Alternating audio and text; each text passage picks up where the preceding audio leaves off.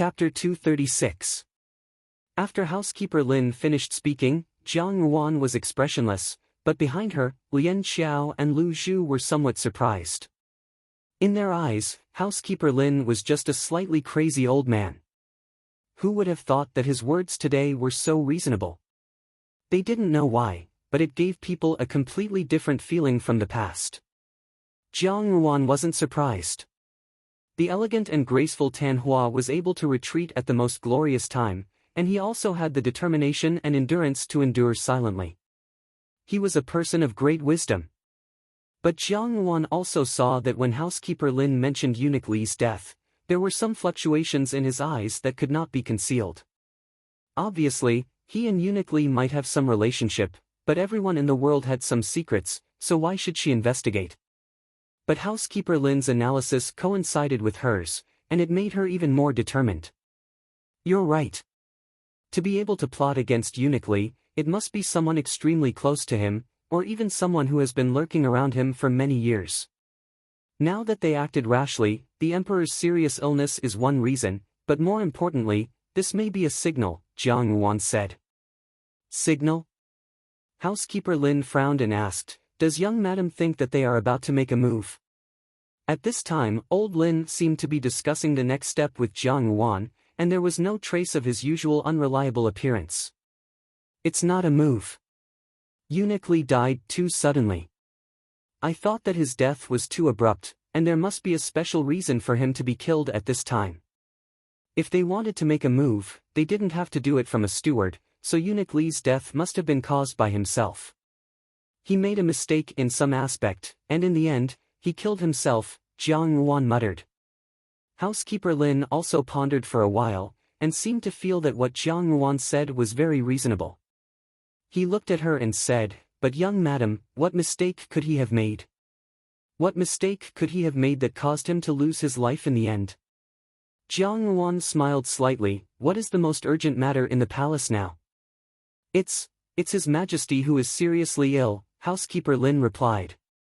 Then, eunuch Li's mistake was here. He was the steward, but in the end, he was inseparable from His Majesty, so the biggest reason why he lost his life was because of His Majesty. The greatest value of a chief steward was that he was the person closest to the emperor and might know many of the emperor's secrets.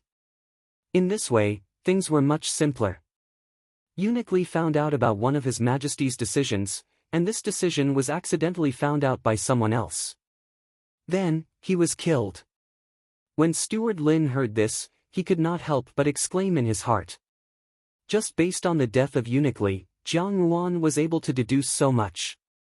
He could not help but become somewhat absent-minded.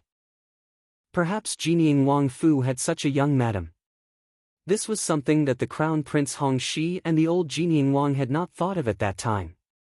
Now that the situation was so chaotic, Jiang Ruan was still able to analyze it so calmly and calmly point out the suspicious points.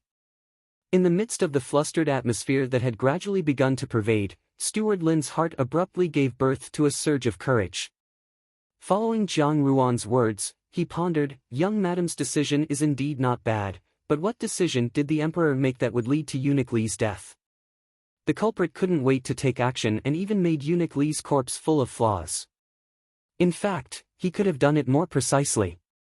Looking at it this way, it seems that he was somewhat impatient and did not care about anything else. To be able to cause someone to be so ruthless, it must be a matter of great importance to the country. The fight for the throne is imminent, but before His Majesty fell, he had not yet appointed a crown prince. Now that the position of crown prince is empty, the hundreds of officials have their own guesses about His Majesty's injury. If His Majesty immediately had the intention to appoint a future crown prince, the other person would certainly be burning with anxiety. Eunuch Lin most likely revealed His Majesty's intentions, and the other person, who is not fated to be the crown prince, was driven to desperate action. Jiang Ruan said, and the emperor would definitely not appoint Xianli as the crown prince, so the person behind this can only be Xianli. Steward Lin wanted to say that the 13th Prince Xian Pei could also be the culprit, but when he saw Jiang Ruan's expression, he paused. There was not a trace of hesitation on Jiang Ruan's face. Just like her tone, she had absolute trust in Xian Pei from the beginning. Steward Lin knew that Jiang Yuan and Xian Pei had a good relationship, but he had always found it strange that Jiang Yuan, who did not seem to care about anyone, would have such trust in Xian Pei. This was really somewhat strange. However, Jiang Yuan's foresight had always been good, especially in terms of foresight. Almost everything she said would be correct. Naturally, Steward Lin did not have any doubts and responded, "In this way, under the current circumstances, the eighth prince will take advantage of His Majesty's intention to reverse the situation, regicide, change fate." Jiang Yuan said coldly. Killing the emperor before he could show his intention, or making it impossible for him to show his intention, and then pretending to have an imperial edict, this was an opportunity. At present, it seemed that this was Xian Li's only way out. Steward Lin was obviously also shocked by these words that Jiang Yuan spat out, and for a moment, he did not speak. The fight for the throne had always been a reign of terror, and it would never be completed under peaceful and happy circumstances. However, just by listening to Jiang Yuan's words, he could already feel a ferocious aura assaulting him. Perhaps in the coming days, undercurrents would be turbulent in the capital, and every step would be filled with trepidation. Jiang Yuan smiled and said, "However, at present, it is still not that bad. Steward Lin, you can leave first. I still have some things to do. I will come back later, and I will explain this matter to Xiao Xiao. There will always be a way to deal with it." Steward Lin did not speak and silently retreated. Now, Xiao Xiao was not the only one supporting Jinying Wang Fu. Now, Jinying Wang Fu also had an additional young madam. Leave it to them, Steward Lin thought. After Steward Lin left, the smile in front of Jiang Yuan disappeared. Her expression slowly became solemn, and it seemed that she was not as confident as before. Lian Xiao and Lu Zhu looked at her and were startled. Lian Xiao hesitantly asked, "Young madam, is there something wrong?" "Wrong?" Jiang Yuan looked down. "Naturally, it is not right."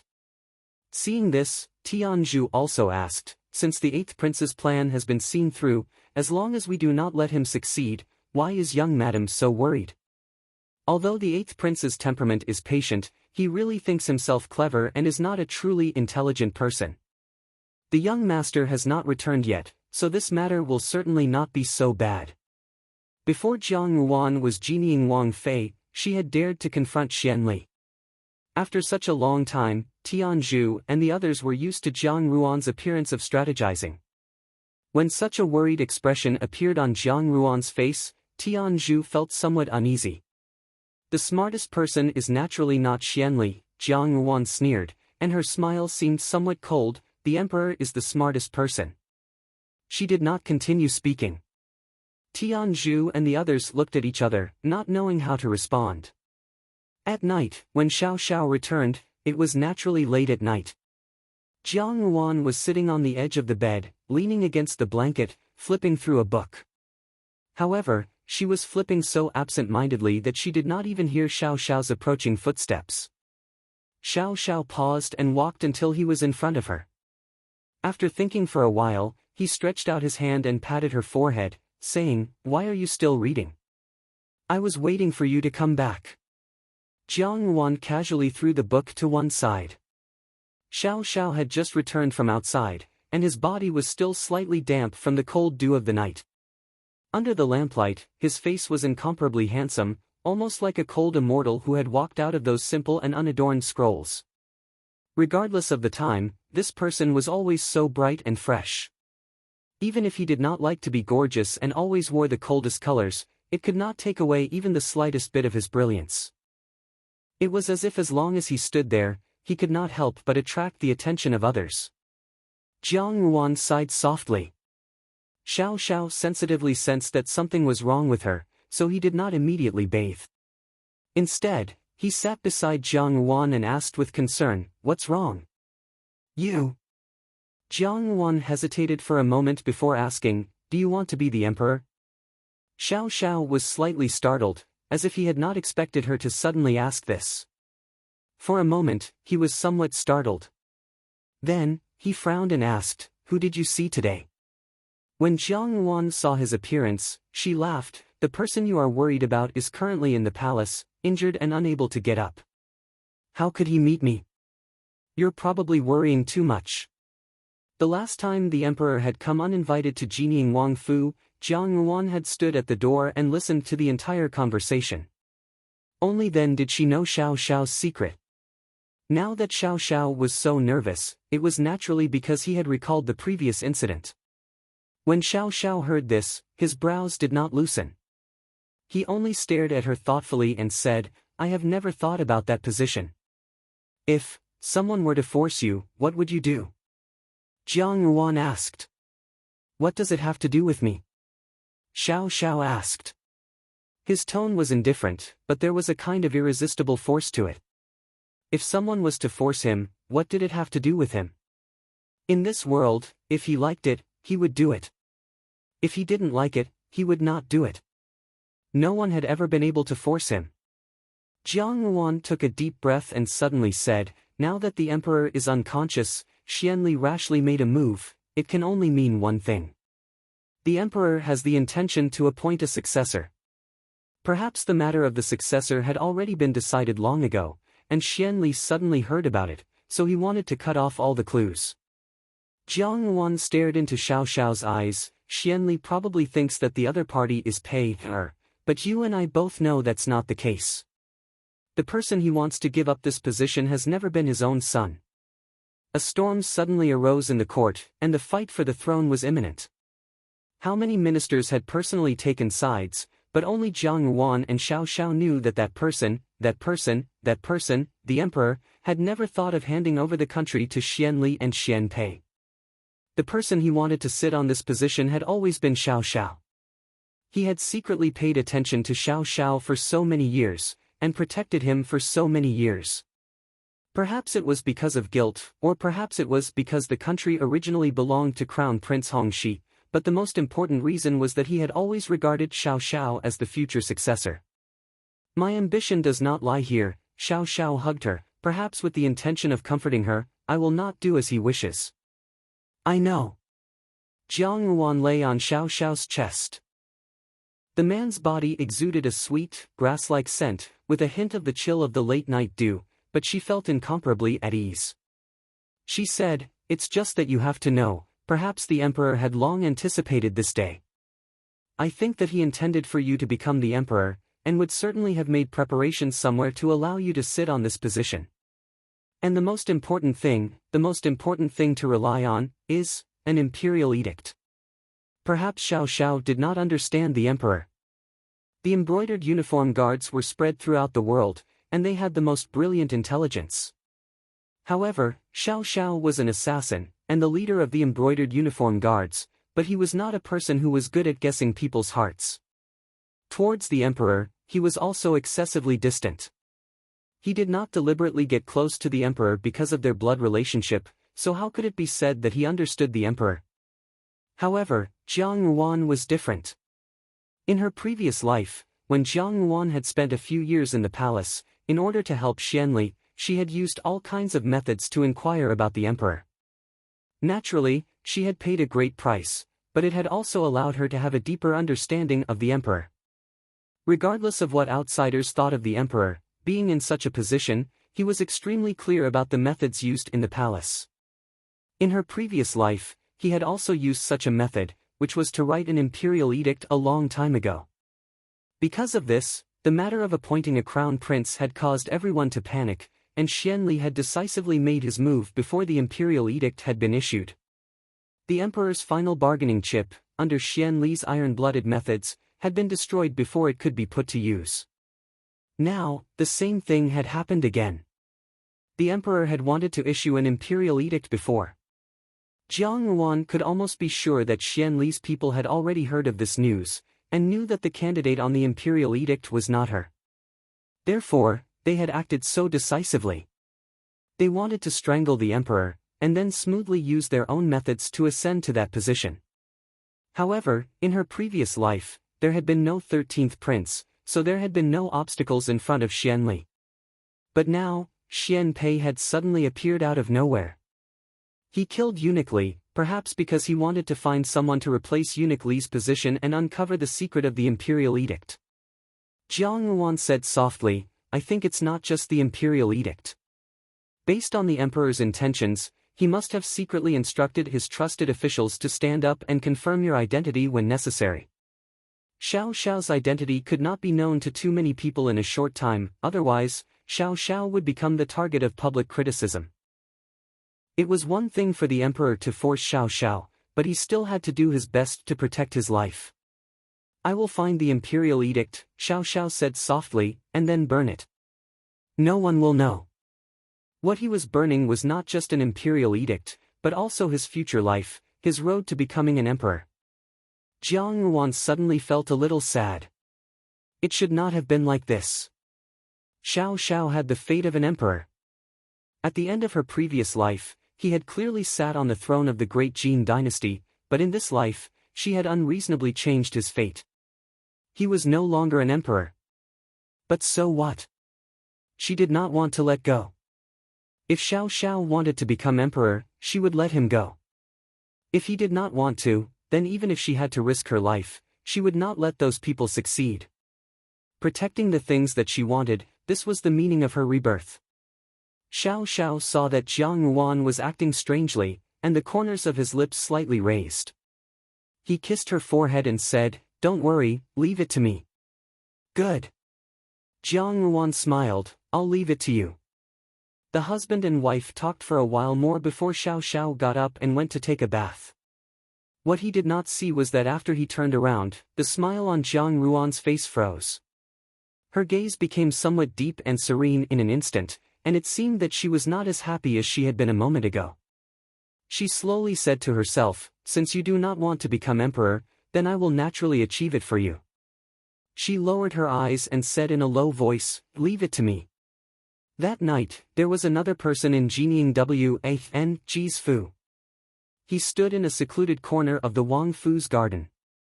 In front of him was a huge iron basin.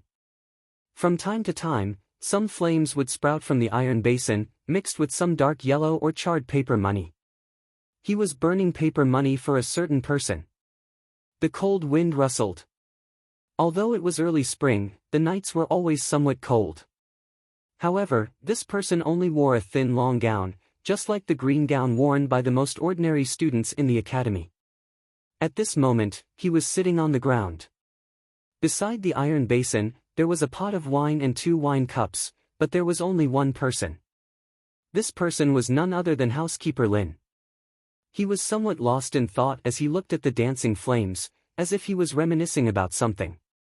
Suddenly, he smiled and said, Old Li, I say, you are too stupid. You have already muddled your way to this position, how could you still fall into other people's trap? Look, this is great. I haven't even asked you to drink with me, but you have already left first. I'm going to drink alone to drown my sorrows, how chilly.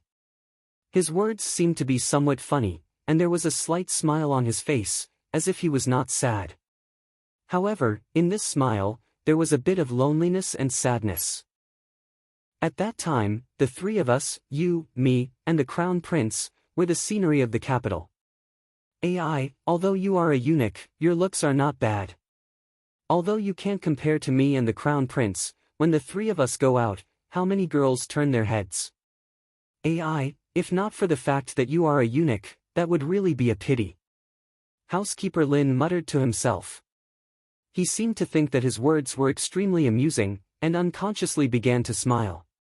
His gaze seemed to pass through the dancing flames in front of him, as if he could see things from a long time ago. At that time, Crown Prince Hongxi was still an elegant young master, and he was the handsome Tanhua. Although Xiao Li was a eunuch, he was clever and likable, and had a delicate appearance. Every time Crown Prince Hongxi secretly slipped out of the palace, he would bring the 2 of them along. The 3 of them were very happy, probably like the 3 gentlemen that the storyteller spoke of. Crown Prince Hongxi had always had an amiable and approachable personality. Ever since he met the Crown Princess Xiang Xiaoyuan, he did not care about the rules and ranks in front of them. In front of Crown Prince Hongxi, the 3 of them were equal. They were indeed equal, so when the news of Crown Prince Hongxi's death came, Xiaoli and housekeeper Lin were truly heartbroken. But housekeeper Lin chose to resign and live in seclusion. He wanted to protect his good friend's only bloodline. Xiaoli, on the other hand, remained in the palace. This did not mean that Xiaoli was a heartless and unscrupulous person. Perhaps this was another method he used to pay tribute to his good friend, to stay here and assist the emperor. Even if it was just to serve tea and water to the emperor, as long as he could contribute to the country that his good friend had fought for with his life. Thus, after so many years, housekeeper Lin became a true housekeeper. It was as if he had completely forgotten about all those civil and military matters. Every day, he only worried about some trivial matters. He placed all his energy on Xiao Xiao. And Xiaoli, with his cleverness in the palace, finally became the emperor's chief steward, uniquely. In all these years, they had never contacted each other, but they knew that the other was doing well. Everyone had their own choices in life. Housekeeper Lin raised his head and filled the 2 wine cups in front of him to the brim.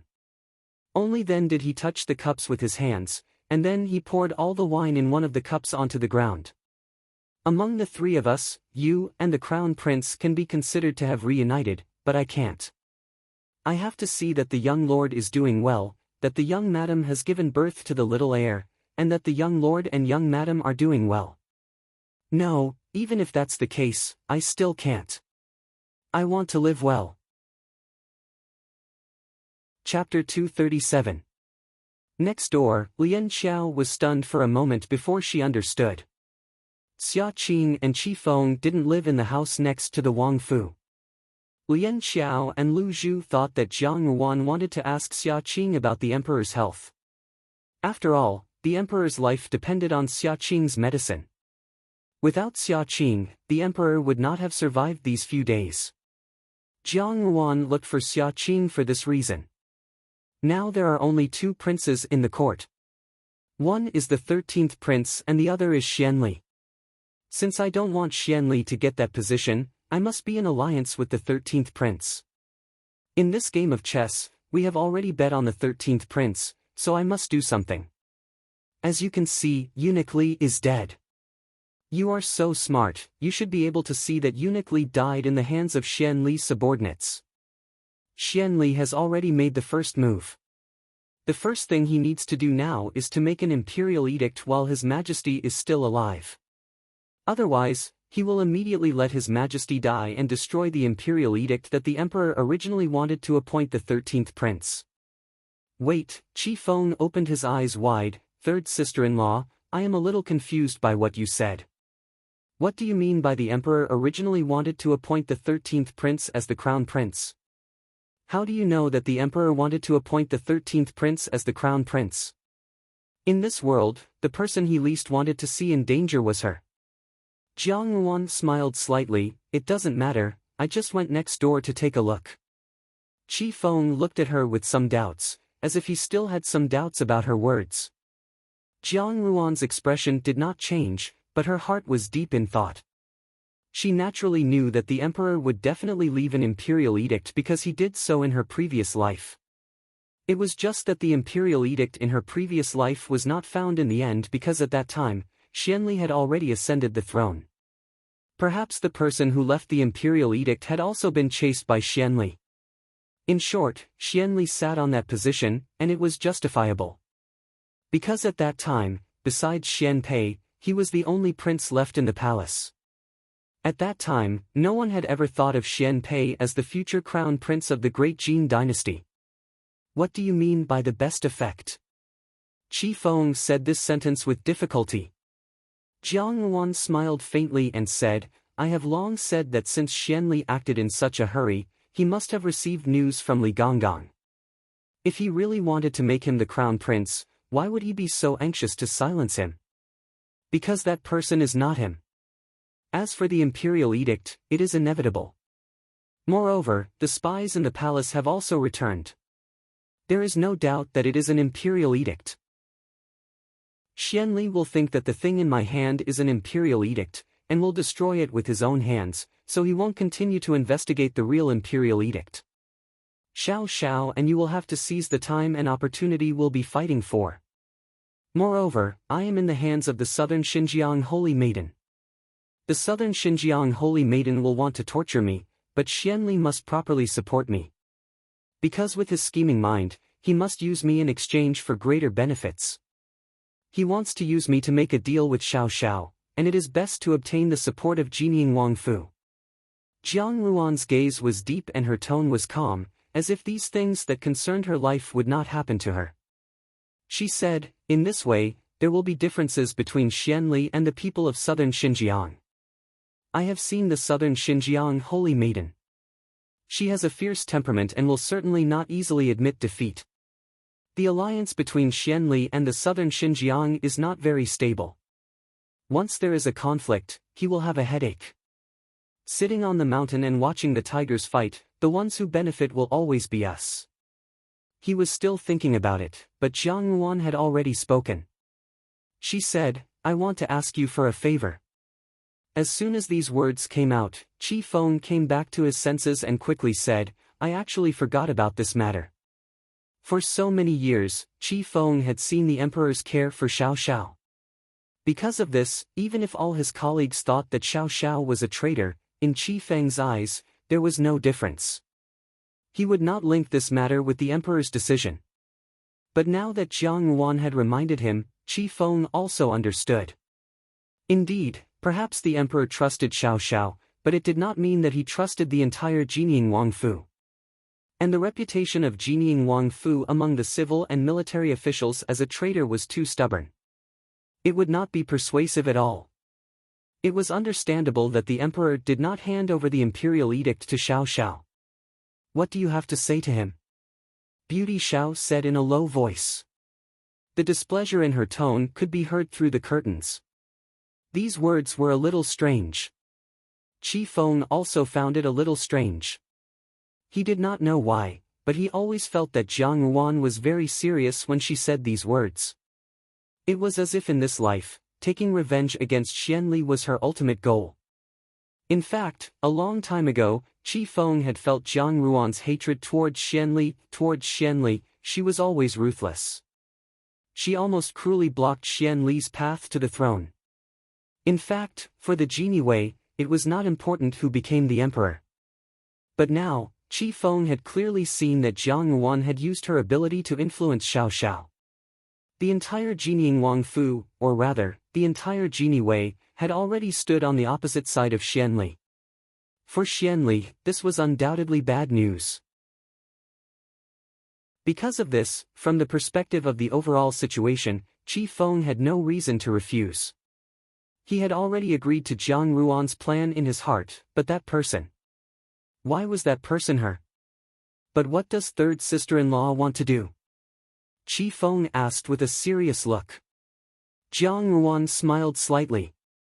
She probably also saw that Qi Feng deliberately made the atmosphere relaxed. After following Xiao Xiao for a long time, she was better at concealing her water chestnut side. On the surface, she looked more gentle, but in her bones, she was still as sharp as ever. But that sharpness was only for the opponent. She raised the teacup in front of her and gently took a sip. She smiled and said, "It's very fragrant." When Jiang Ruan heard this, she did not deny it. She said softly, "Yes, Xiao Xiao does not know about this, and you don't have to tell him." Jiang Ruan looked at him. Xianli wants to steal the imperial edict. His power should not be underestimated. Xianli may not be afraid, but for so many years, he has been planning for this. He has gathered all kinds of people to form a network. The size of this network is not something you and I can imagine. I am afraid that there will be mistakes, so I want to do something to let Xianli think that he has found the imperial edict. After that, I can buy some time for the 13th prince. During this time, I will arrange a plan to take down Xianli. Yes, but Xianli is very cunning. I am afraid that a fake imperial edict cannot be hidden from him, so we can only use the real imperial edict to exchange for it. But this imperial edict is not that imperial edict. He did not destroy the imperial edict to establish the crown prince. When Jiang Ruan finished, she slowly put down the teacup in her hand. She looked at Qi Feng and said, "I know that you also have people in the court. You are the military advisor of the genie guards. What I want you to help is to let you know that the imperial edict is now in my hands. Xiao Xiao expressed what he wanted to say with his own actions. How can you be sure? Qi Feng was stunned. He was silent for a long time before he said, You mean, you want to make a fake imperial edict to confuse Xianli, and then let him think that he destroyed the real imperial edict? In fact, the real imperial edict is in someone else's hands, is that it? Qi Feng listened to Jiang Ruan's words in silence. His expression gradually calmed down, and he seemed to have returned to being the strategist he used to be.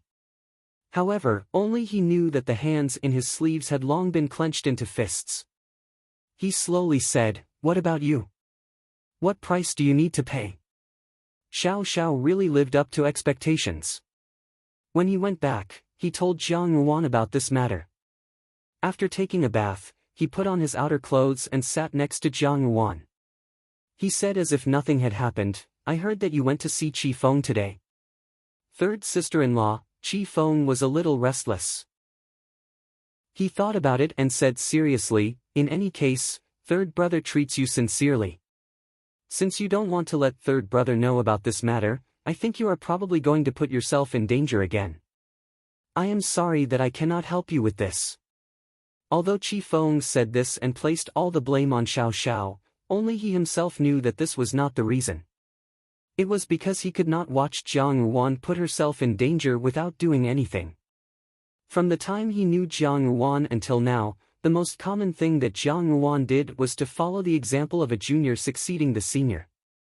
This sounded good, but every time she did it, she took a great risk.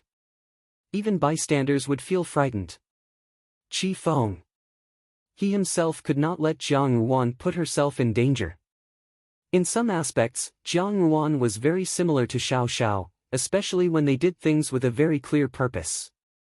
Since she did not tell Xiao Xiao, according to the original reason, Xiao Xiao and Jiang Ruan were the closest people to each other. For Jiang Ruan to forsake what was close at hand and seek what was far away, there was only one possibility, and that was that Xiao Xiao did not agree.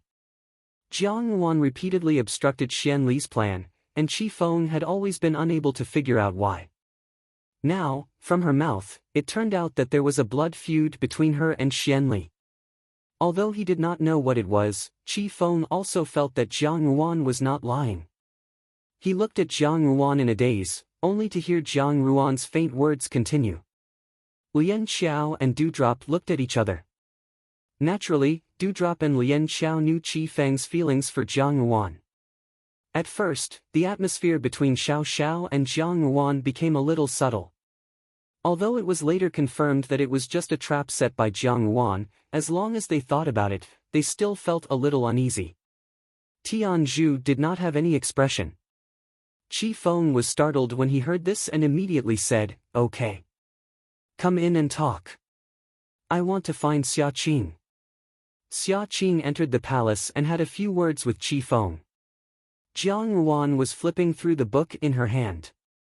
Suddenly, the book in her hand was pulled away by someone.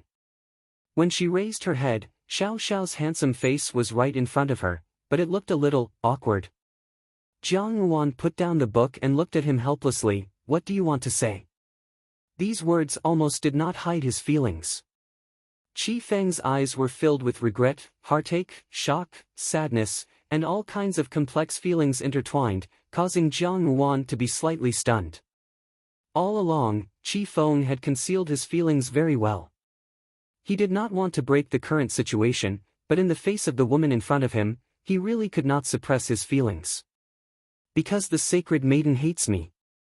Jiang Ruan interrupted him. The sacred maiden of the southern Xinjiang hates me to the core and her heart belongs to Xiao Xiao. In this way, because of a woman's jealousy, she will certainly not let me die easily.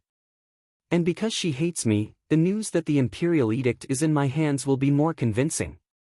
Now that the southern Xinjiang and Xianli have formed an alliance, some decisions of the southern Xinjiang will definitely affect Xianli, including suspicion. She saw that Qi Feng gradually calmed down, and then continued, I have told you long ago that now Jinying Wangfu and the 13th prince are bound together for good or ill. If the nest is overturned, no eggs will be intact. To ensure the smooth ascension of the 13th prince to the throne, this is the only way. Xiao Xiao's purpose is in the southern Xinjiang.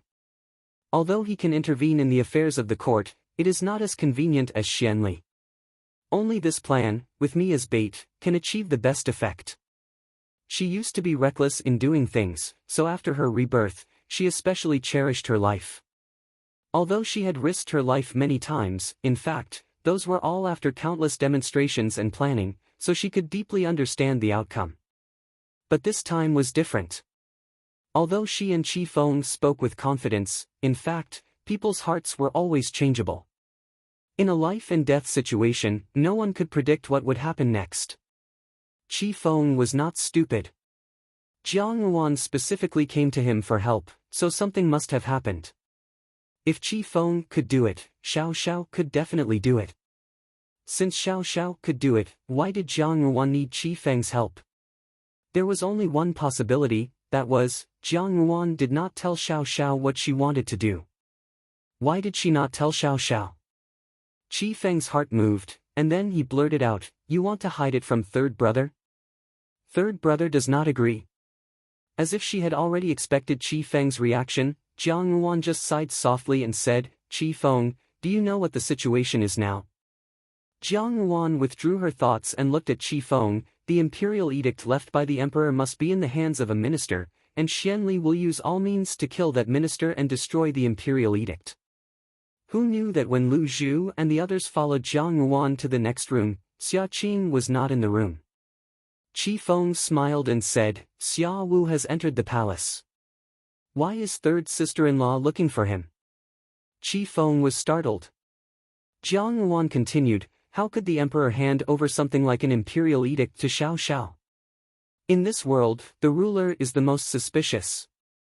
If you do this, even if you tell others that the imperial edict is real, the civil and military officials will not believe it.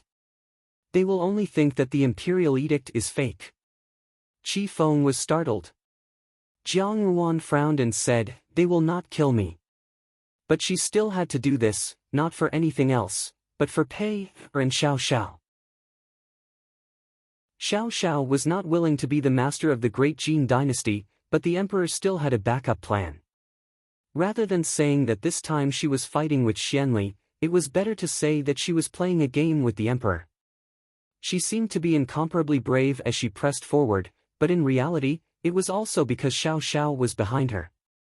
Because of that person, she relied and trusted him wholeheartedly. Thinking up to this point, Jiang Yuan could not help but smile. That smile was extremely faint, and it quickly disappeared from her face. Qi Feng was startled and stared at her without blinking. Jiang Yuan looked at him calmly and did not avoid his scrutinizing gaze. After a long time, Qi Feng said, "Third sister-in-law, does third brother not know that you want my help?" Qi Feng did not think that Jiang Yuan was looking for him to reminisce about the old days. It was not that Qi Feng did not see the matter of Jiang Yuan using him a few days ago. He and Xiao Xiao had been brothers for so many years, and he was also the military advisor of the Genie Guards. His mind had always been very clear. Even if he liked Jiang Yuan, he would not completely lose his mind. Naturally, he could see that Jiang Yuan was deliberately trying to get close to him.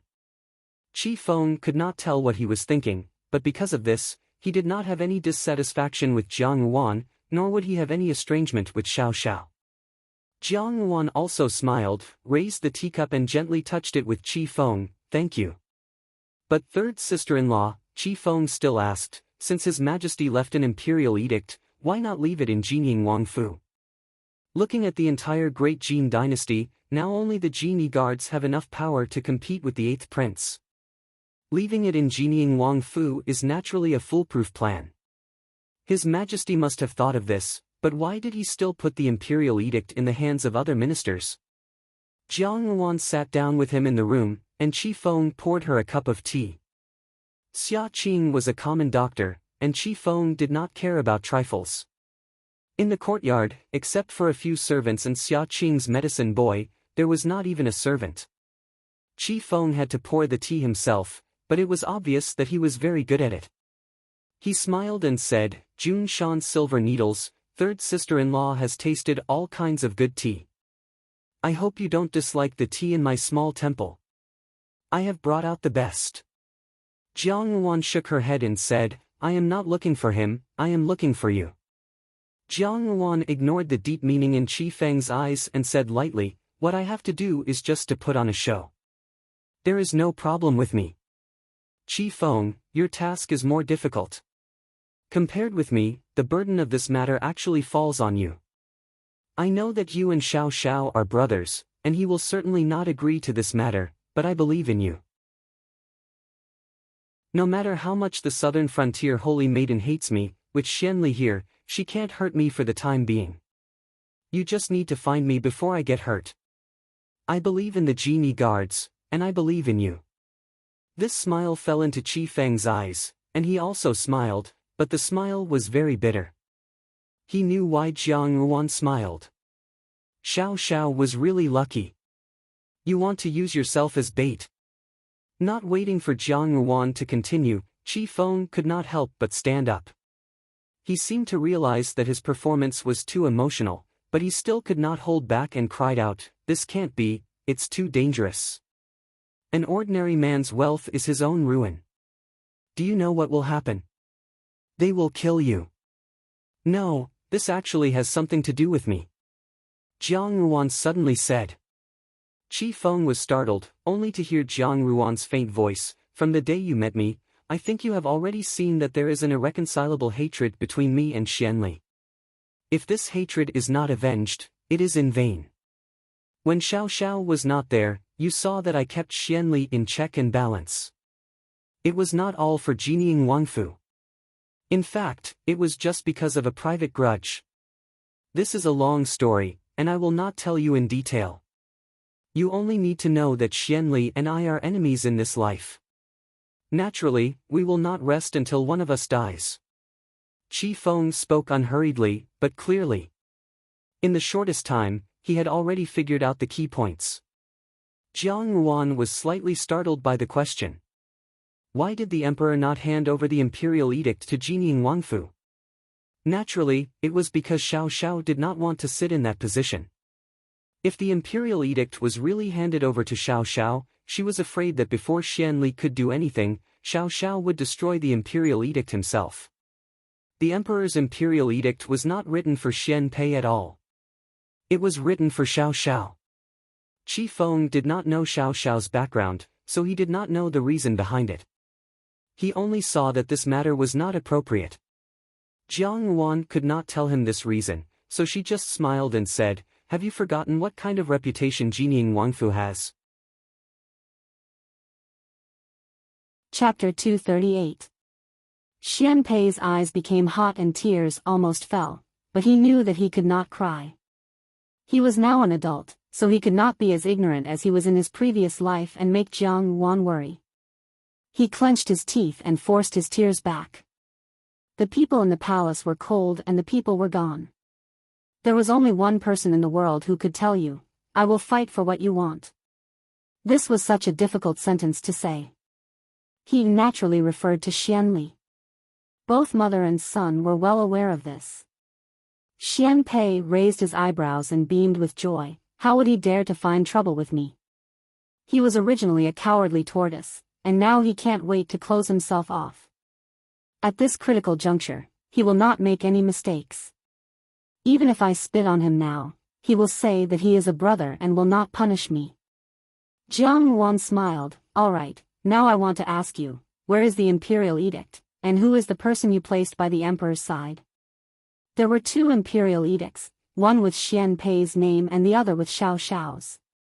If Xiao Xiao really did not accept the edict, he would let Xian Pei ascend to the throne to ensure that nothing went wrong. But Xian Pei's imperial edict would not appear unless it was absolutely necessary. This is a long story, Jiang Yuan interrupted him. If you really want to know the reason, go find Xiao Xiao yourself. If he agrees, I will tell you. Xiao Xiao's past was not a light topic. Jiang Yuan felt that it was somewhat inappropriate to tell Xiao Xiao like this. If Xiao Xiao was willing, then they could talk. Pei, Jiang Wan withdrew her thoughts and looked at the youth in front of her. Do you want to be the emperor? Xiao Xiao hesitated. Jiang Wan was so insistent, and he had always followed her wishes, so he did not say more. He only gave a few more instructions to Tianzhu. Jiang Wan smiled and stood in front of Xiao Xiao. Xiao Xiao also had to go out today.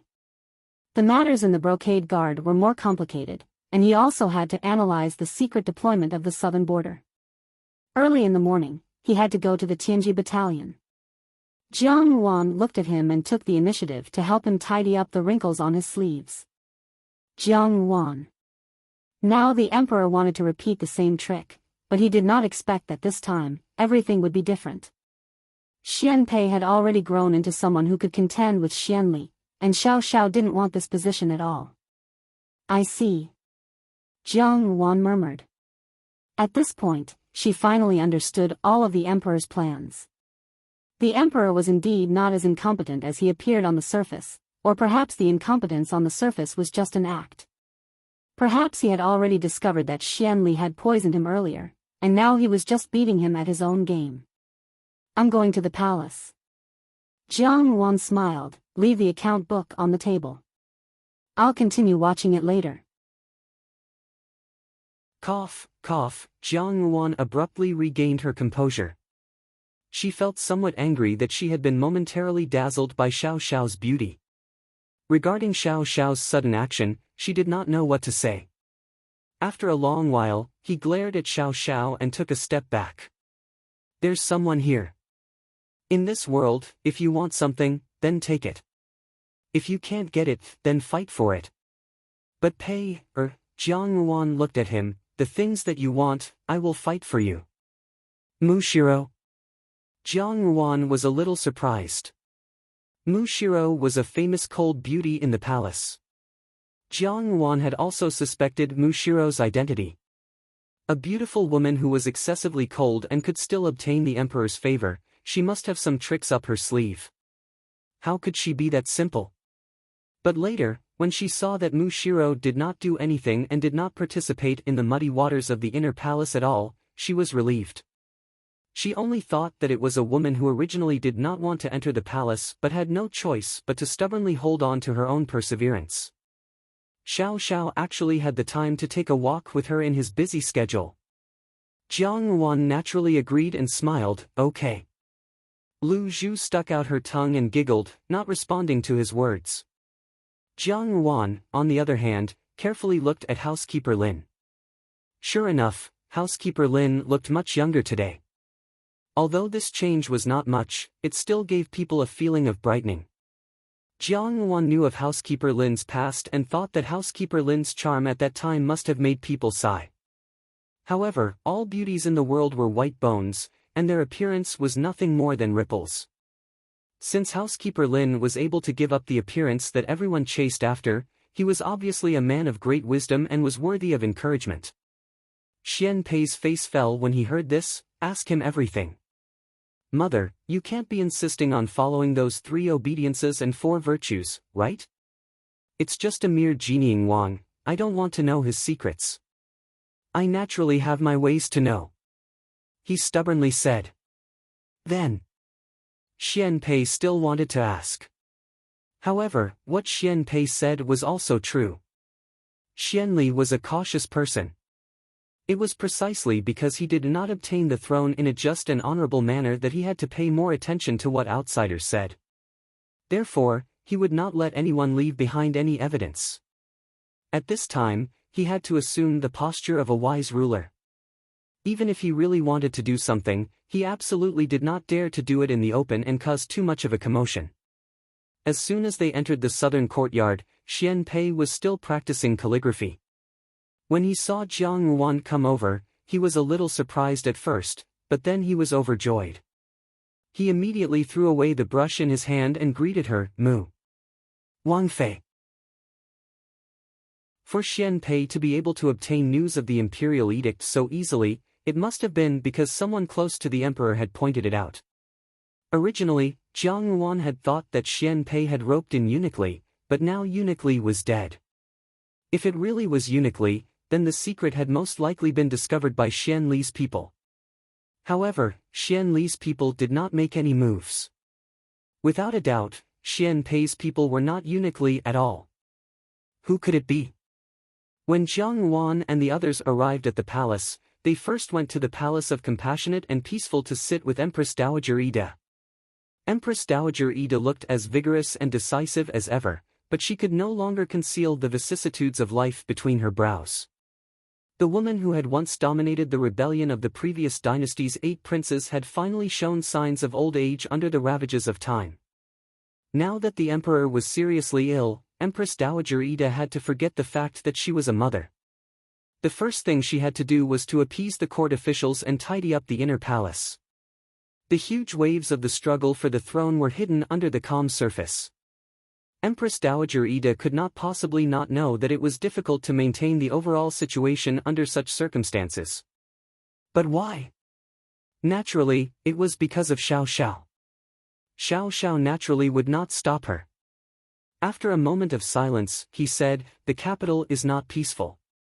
Let Jin 1 and Jin 2 follow you." The details of the people of the southern Xinjiang were not yet clear. Perhaps they had some tricks up their sleeves. However, Jiang Yuan shook her head and rejected his suggestion. There's no need. Brocade 1 and Brocade 2 still have their own missions to complete. Today, I will only be entering the palace and will not stay for long. With Tianzhu by my side, nothing will happen. Moreover, the people of the southern Xinjiang can't wait to hide, so why would they expose their identities? Don't worry, I will be back soon. Pei, it is not your name on the imperial edict, but Xian Li does not know about it, right? Jiang Yuan asked lightly. Lu Zhu's string of words made Steward Lin choke. He paused for a moment before saying, "Smelly girl, what nonsense are you talking about? I have already told you, this old man used to be a distinguished and elegant handsome man. Many young ladies and young wives had their hearts set on this old man. What rouge? This old man is also a man, why would I need that? It's because I was born beautiful. Imperial mother, I will fight for the things you want for you as well." Xian Pei thought to himself. He heard Jiang Yuan's voice again, then Pei, can you tell me, where did you hide the imperial edict? Jiang Yuan was suddenly startled and asked, who is the name on the other imperial edict? Speaking up to this point, she was actually shocked and guessed who that person was. It was as if at this moment, all her previous doubts had flowed into a river and formed a complete plan. And Xian Pei did not disappoint and said the answer, Jinying Wang, Xiao Xiao. Jiang Yuan did not have much affection for Empress Dowager Ida. When she had first approached her, she had only wanted to use Empress Dowager Ida to raise her own status. But now the situation was different. Empress Dowager Ida was Xiao Xiao's biological grandmother. Even if she had done something in the past, it seemed that she had not forced Xiao Xiao to do anything. And Jiang Yuan had also clearly seen Empress Dowager Ida's attitude. She would not let Xiao Xiao sit on the emperor's throne. Her thoughtful gaze fell on housekeeper Lin, and he could not help but feel a layer of goosebumps. He only felt that he did not know what Jiang Yuan was thinking, and he could not help but feel a little guilty. He quickly said a few words and went out to prepare a horse for Jiang Yuan. Xiao Xiao was slightly startled. Although Jiang Yuan was very close to him now, she had never bothered about trifling matters other than trying to figure out people's minds. He was somewhat flattered that she had taken the initiative so early in the morning. Xian Pei's speech now unconsciously carried a bit of a bandit's aura, and he did not know where he had learned it from. Jiang Yuan's gaze unconsciously drifted to Mingyu, who was standing to the side. Although Mingyu was the person Xiao Xiao had arranged for Xian Pei, Mingyu used to be an embroidered uniform guard. The embroidered uniform guard originally had to crawl through piles of dead people. This Mingyu stayed with Xian Pei every day, inevitably leading him astray. Xian Pei's current image on the outside was that of a noble and refined young man of the royal family, but why did he speak like a bandit? Jiang Yuan had some doubts in her heart as to why Xiao Xiao had sent Mingyu over. Okay. Jiang Yuan nodded. Xian Pei was stunned again and raised his head to look at Jiang Yuan. He thought that Jiang Yuan would be angry or have some other expression, but he had never expected her to be so calm. Because in their previous lives in the palace, Jiang Yuan and he had experienced too many painful things, and the source of everything was just because of human desire. Now, he wanted to be the emperor because he wanted to become stronger. Perhaps only then would he be able to protect the people he wanted to protect, and only then would he be able to completely take Jiang Yuan under his wing. But in the eyes of outsiders, he was only doing this for his own ambitions and selfish desires.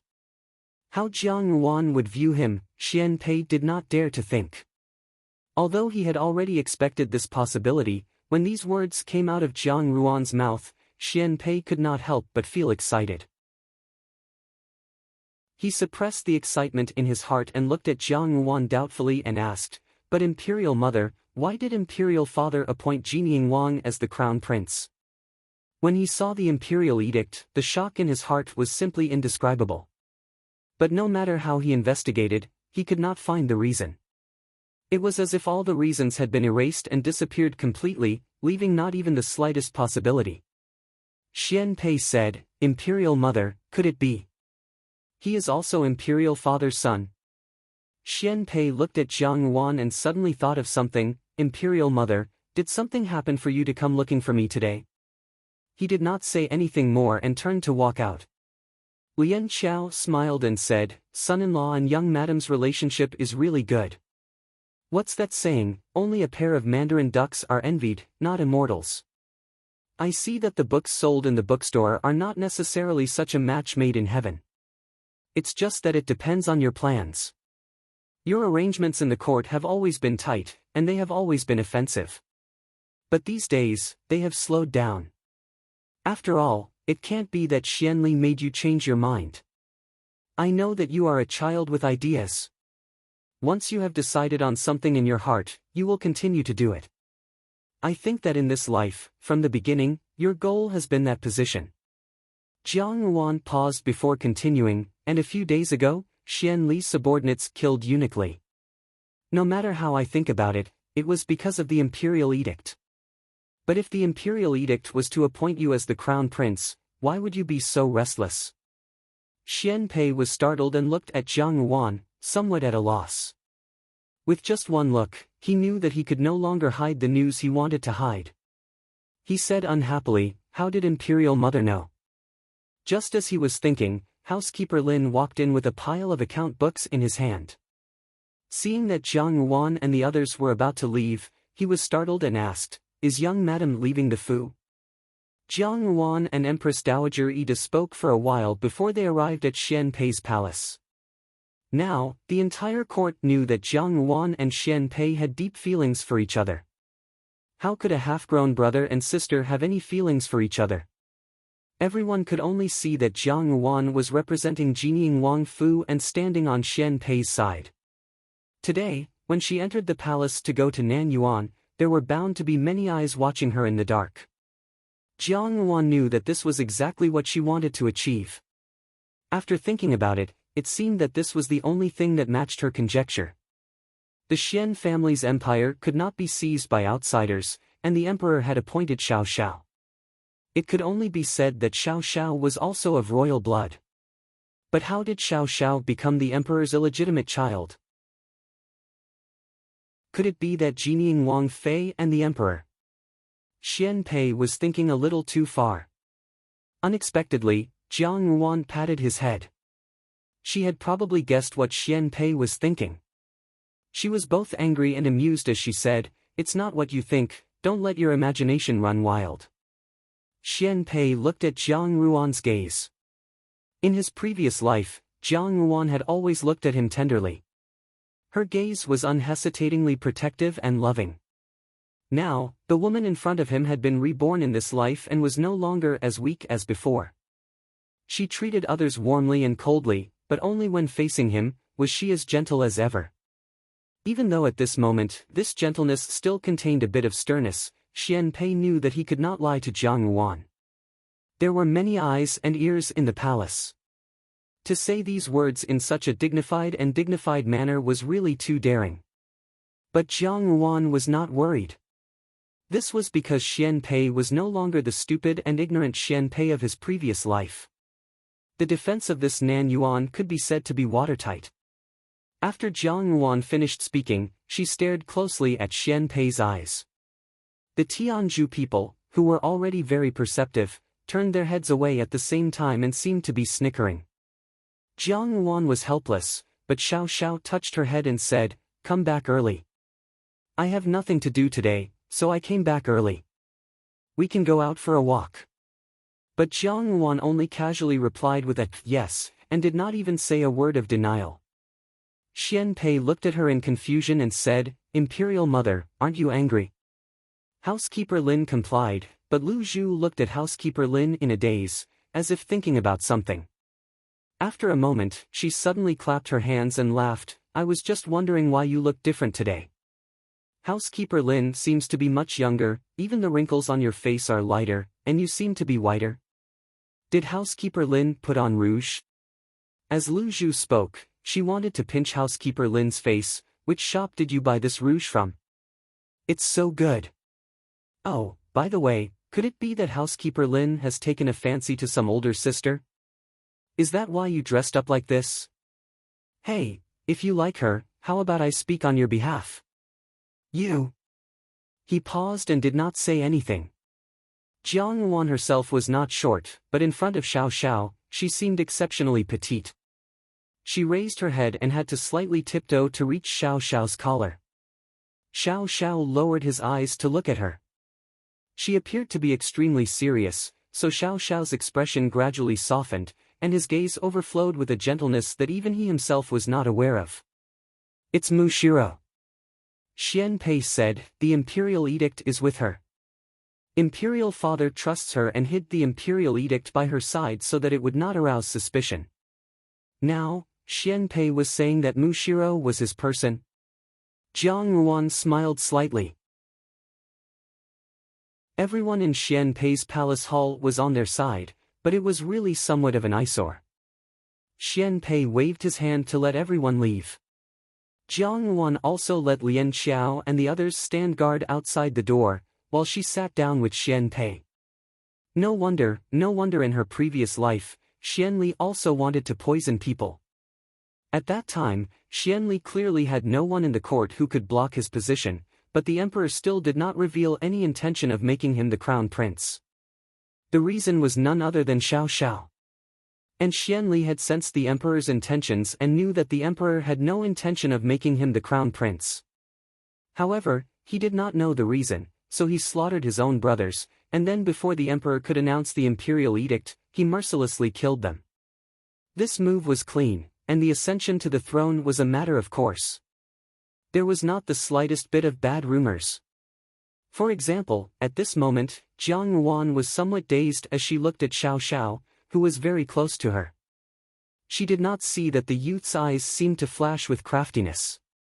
Immediately after, Xiao Xiao lowered his head and lightly pecked the corner of her mouth. The next morning, Jiang Yuan woke up very early. Seeing her like this, Xiao Xiao asked in puzzlement, "Why don't you sleep more?" Xian Pei was slightly startled, then he immediately lowered his head and clenched his teeth. "Imperial Mother. I want to be the emperor." Xian Pei was somewhat happy. He had also not seen Jiang Yuan for a long time. Now that he saw Jiang Yuan, he was naturally very happy and asked without thinking, "Imperial Mother, why didn't you come to see me? Recently, the palace has been very lively, and every day there is something interesting to watch. I thought that Imperial Mother would definitely take the opportunity to see me, but in the end, after waiting for so long, there was no one." On the other hand, that Jinying Wang would occasionally enter the palace uninvited. "My Nanyuan is not a place where people can casually step into." Towards the end, there was already a hint of anger in her tone, obviously extremely dissatisfied with Xiao Xiao. Xian Pei and Xiao Xiao were really a pair of enemies. Jiang Yuan also did not know why Xian Pei would be so picky towards Xiao Xiao, but she only thought that he had the temperament of a child, so she smiled and said, "Rashly entering the palace will only bring you trouble. After His Majesty's serious illness, presumably you are not living well." He did not find trouble with you, right? You don't have to worry, Jiang Yuan stroked his head. Xiao Xiao has no intention of becoming the emperor. This position still belongs to you. I will help you, and Jinying Wang Fu will also stand behind you. This was a promise. Xian Pei was silent for a while before he said, Imperial Mother, I am sorry, I did not deliberately hide it from you, but I do not know what to do. Jiang Yuan said, these few days, he must not have had an easy time. There are some things that I still need to discuss with him. Chapter 240. After Tianzhu said this, she could not care about anything else, but she could not let Dewdrop fall. She could only help Lian Xiao to the side, where she saw Lian Xiao lying on the ground with a ghastly knife wound on her chest. The blood must have flowed from Lian Xiao's body. Dewdrop still had some consciousness, but when she saw this scene, she was shocked and afraid. She was shocked that Lian Xiao was seriously injured and did not know how her injuries were. She was afraid that Jiang Yuan had disappeared. She wanted to call out Jiang Yuan's name weakly, but was stopped by Tianzhu, who said, Don't shout, we have fallen into a trap. Dewdrop was not stupid. After thinking about it, she understood. These assassins in the crowd suddenly shouted to kill the unarmed people. Could it be that it was just a diversion, and the main purpose was to kidnap Jiang Yuan? Thinking of this, Dewdrop felt a lingering fear. She had lost a lot of blood, and at this moment, her face was even paler. She said, Young madam is in danger. Tianzhu, what should we do? Tianzhu looked around. The surrounding people were still fleeing in all directions. She suddenly noticed something. She saw that the few small wooden boxes that Empress Dowager Ida had given her at the back of the carriage had all disappeared. She suddenly realized something and said in a low voice, So young madam did it on purpose. What did you say? Dewdrop's voice became softer and softer. Seeing this, Tianzhu could no longer care about anything else. At this moment, one was unconscious and the other was seriously injured. Although Jiang Yuan was also very nervous, if something happened to Dewdrop and Lian Xiao, it would be a waste of Jiang Yuan's painstaking efforts. Since Jiang Yuan could think of this situation, she must have a way to deal with it. After following Jiang Yuan for so long, Tianzhu more or less understood Jiang Yuan's temperament. She immediately took out a signal firework from her bosom. It was just that it was still early, so the firework was not obvious enough. However, it was enough for the nearby brocade guards to see it and come over to help. Housekeeper Lin was in the Fu calculating the household's expenses for this month. Thinking that the new year had just passed, the Fu seemed to have not purchased any new things. Even if there was a turbulent undercurrent in the capital of the Great Jin dynasty, the things that should be purchased could not be missing. Steward Lin was still pondering when he suddenly heard a panicked voice, Steward Lin, bad news. Butler Lin raised his head and saw that it was one of the servants in the gatehouse. He reprimanded him, Why are you so flustered?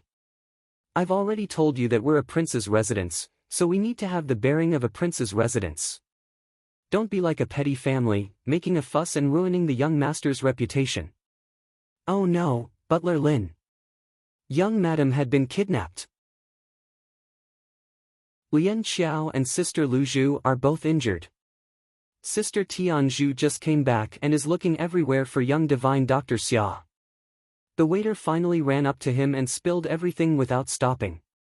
Only after he finished did he let out a long sigh of relief. Before she could react, she saw Steward Lin, who was sitting at the table and stroking his beard, suddenly jump up from his seat. His voice almost resounded through the entire Wang Fu, What? Where is it? Bring me there quickly. The news that Jiang Yuan had been kidnapped and that Lian Xiao and Lu Zhu were seriously injured and unconscious had spread throughout the entire Jinying Wang Fu in a short period of time. Today's chaos on the streets had come suddenly. They had thought that it was a sudden attack by thugs, but they had not expected that the real target was actually Jiang Yuan. Those people were ferocious, who knew what they would do to Jiang Yuan?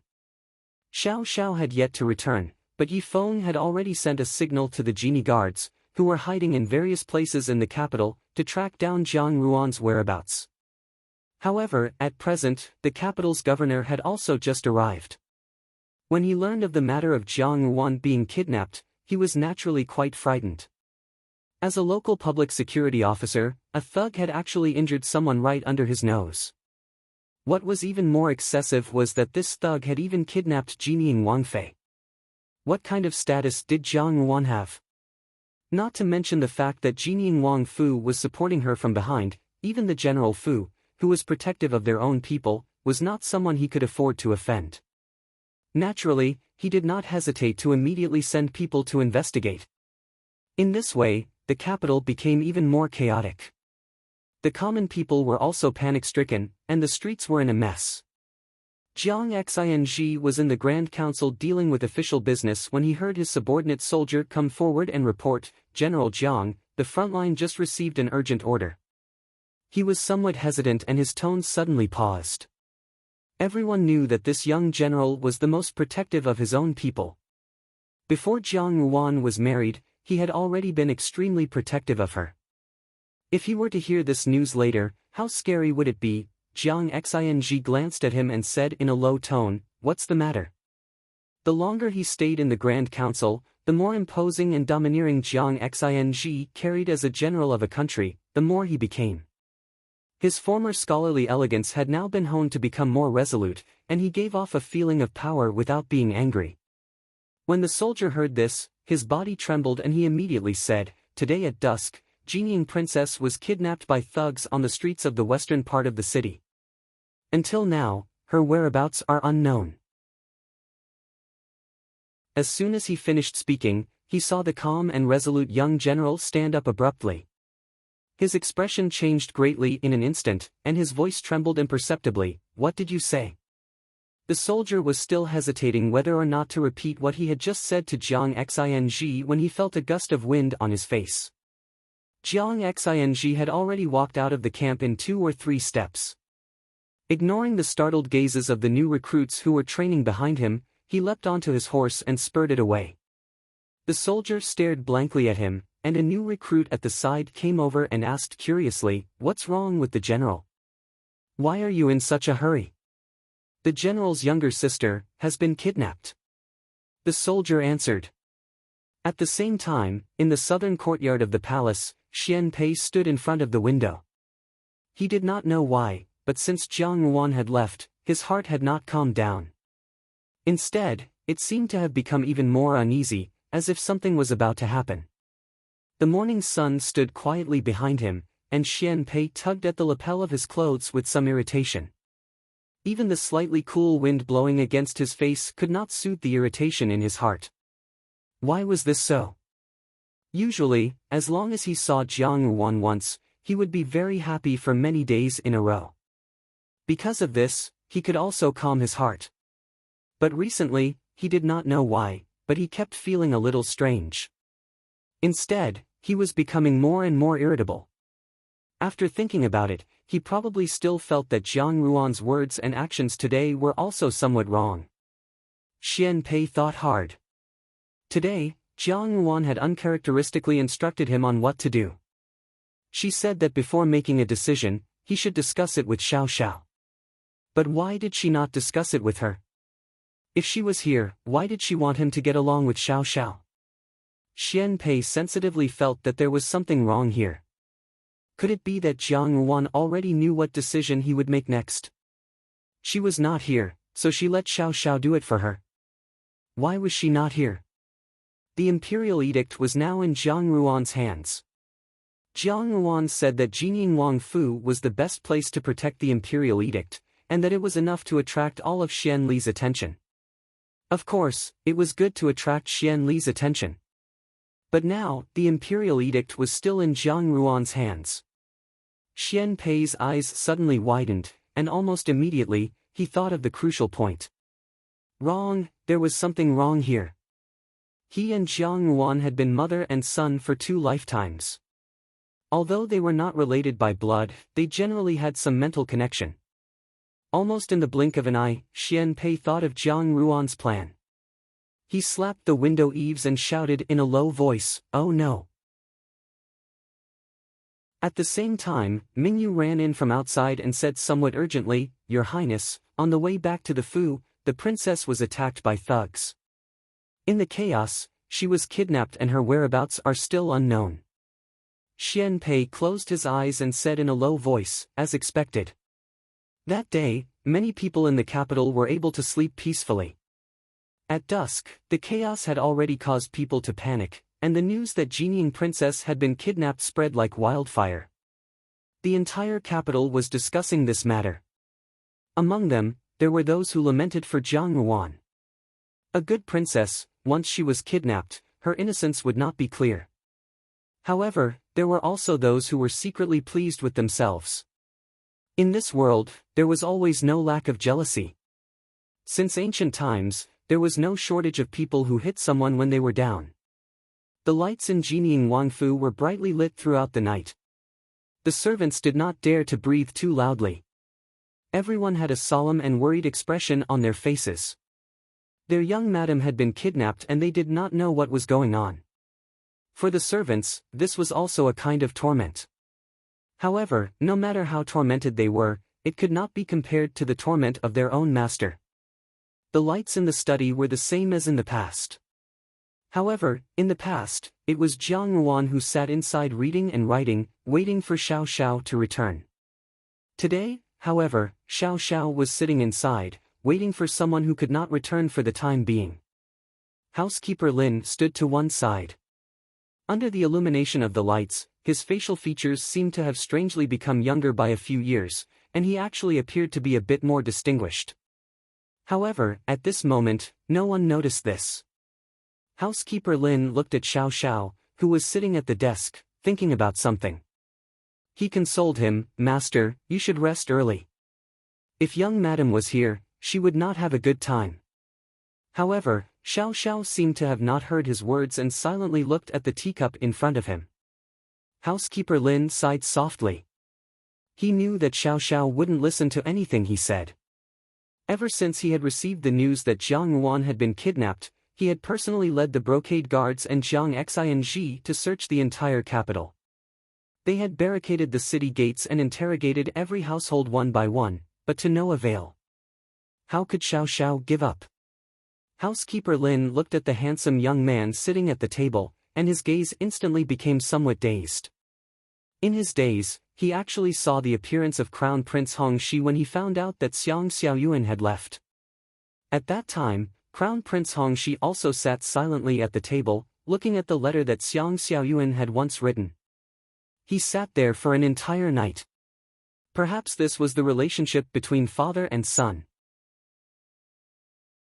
Who said that since ancient times, the royal family was heartless? Xiao Xiao and Crown Prince Hongxi were truly affectionate. Extreme wisdom will be hurt, and deep love will not last long. Housekeeper Lin could not tell if this was a good or bad thing. However, Xiao Xiao really didn't need any consolation. He just wanted to sit quietly by himself. Butler Lin didn't try to persuade him anymore. He slowly retreated and gently closed the door. Then, he instructed the two guards at the door. He then went to the kitchen to watch over the decoction for Lian Xiao and Lu Zhu. Xiao Xiao sat at the desk. The soft light could not melt the indifference in his expression. That kind of alienation and coldness that pushed people 1,000 miles away almost brought him back to a long time ago, when he had just taken over the brocade guards. Cruel, bloodthirsty, indifferent, heartless. Now, there was a person who had warmed his heart, but then suddenly disappeared. In his heart, there was only regret towards himself. What appeared in his mind was the scene of Jiang Ruan standing on her tiptoes this morning to tidy up his collar. He had said that when he came back at night, they would take a walk, and Jiang Ruan had agreed. But when he came back at night, she was no longer there. This was a premeditated plot by the other party to create a diversion, but the one who had orchestrated all of this was Jiang Ruan herself. Xiao Xiao lowered his eyes. When he heard the ins and outs of the matter from Tianzhu, he understood Jiang Ruan's plan. She had long planned to use him as bait to lure Xian Li's people out. She had already planned everything. Even this morning, she had clearly realized that something might have happened at dusk. Yet, she had still pretended as if nothing had happened and said goodbye to him tenderly. It was simply. Xiao Xiao's face was ashen as he clenched his fists. She had gone too far. Nonsense. She was too reckless. She did not have the self-awareness of being a wife. She did not put her husband in her eyes at all. Many thoughts flashed through Xiao Xiao's mind in an instant, but in the end, what remained was heartache and guilt. He felt heartache that she always had to put herself in danger for these things. He felt guilty that as her husband, he did not even realize these things.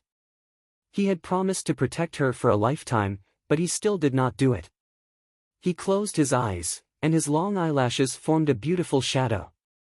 As they trembled slightly, he actually looked a little tired. At this moment, the door was suddenly pushed open.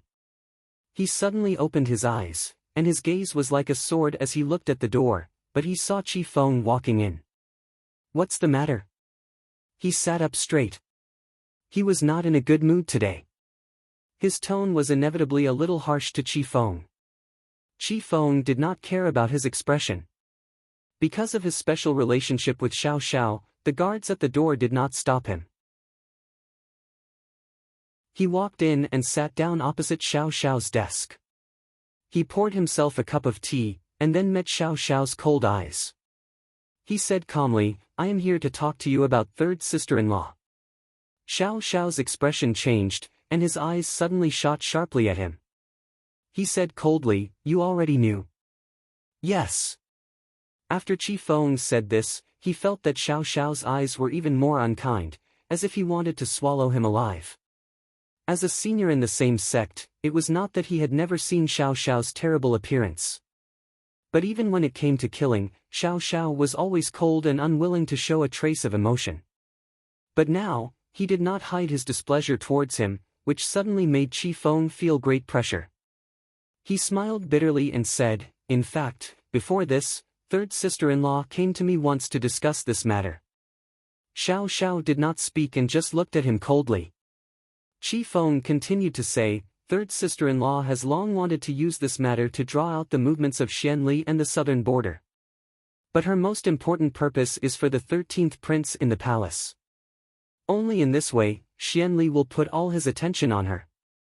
He thought that with the fake imperial edict, he will relax the surveillance of the 13th prince in the palace.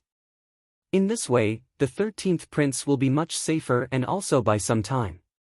After a pause, Qi Feng continued, "I have asked third sister-in-law that the fake imperial edict is too risky. If it is discovered, it will be a big crime. But third sister-in-law said that she has the real imperial edict, but it is not that one. I don't know what is wrong. Third sister-in-law seems to be unwilling to tell me more, but from her solemn appearance, there should be no problem. Although this plan is risky, it is indeed the best way. In this way, things will be simplified. Xianli has unknowingly fallen into the trap."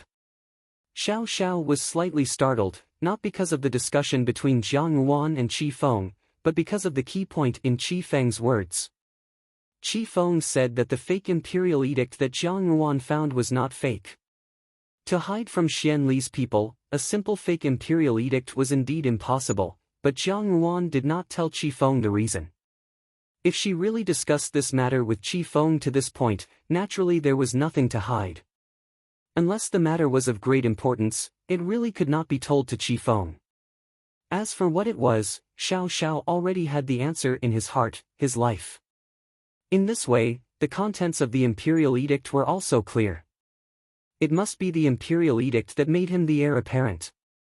The emperor had always wanted him to sit in that position. Xiao Xiao knew that he had always clearly expressed that he had no desire for the throne. The emperor was a stubborn person and had not given up for so many years. However, Xiao Xiao did not expect that the emperor would not hesitate to use his own life to force him to succeed the throne, and even hid an imperial edict. This imperial edict was a hot potato for Xiao Xiao. Once it was discovered, his life would be exposed, which was the last thing he wanted to see. To stay away from the royal family and the undercurrents of the court, this was what the old Jinying Wang had always hoped that he could do. Even if the old Jinying Wang and he were not biological father and son, Xiao Xiao had never forgotten this advice.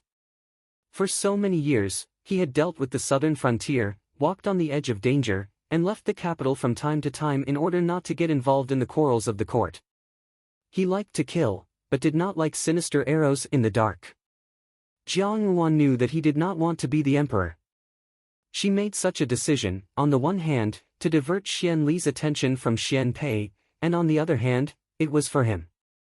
In order to let him have no worries and to eliminate future troubles, this imperial edict was broken in the hands of Xian Li. This was the decision she made on his behalf. No wonder, that night, Jiang Yuan asked him, "Do you want to be the emperor?" So this was what she meant. She had long known that the emperor had written an imperial edict for him. She was helping him solve these troubles in her own way. All along, everyone seemed to think that Jiang Yuan's temperament was cold, warm on the outside but cold on the inside. Compared to Xiao Xiao after he got married, Jiang Yuan was still the same as before. But Xiao Xiao knew that she was just not good at expressing herself. For example, at this moment, she was using her own way to silently contribute. Seeing Xiao Xiao's thoughtful expression and the changing expression in his eyes, Qi Feng could not help but feel bitter.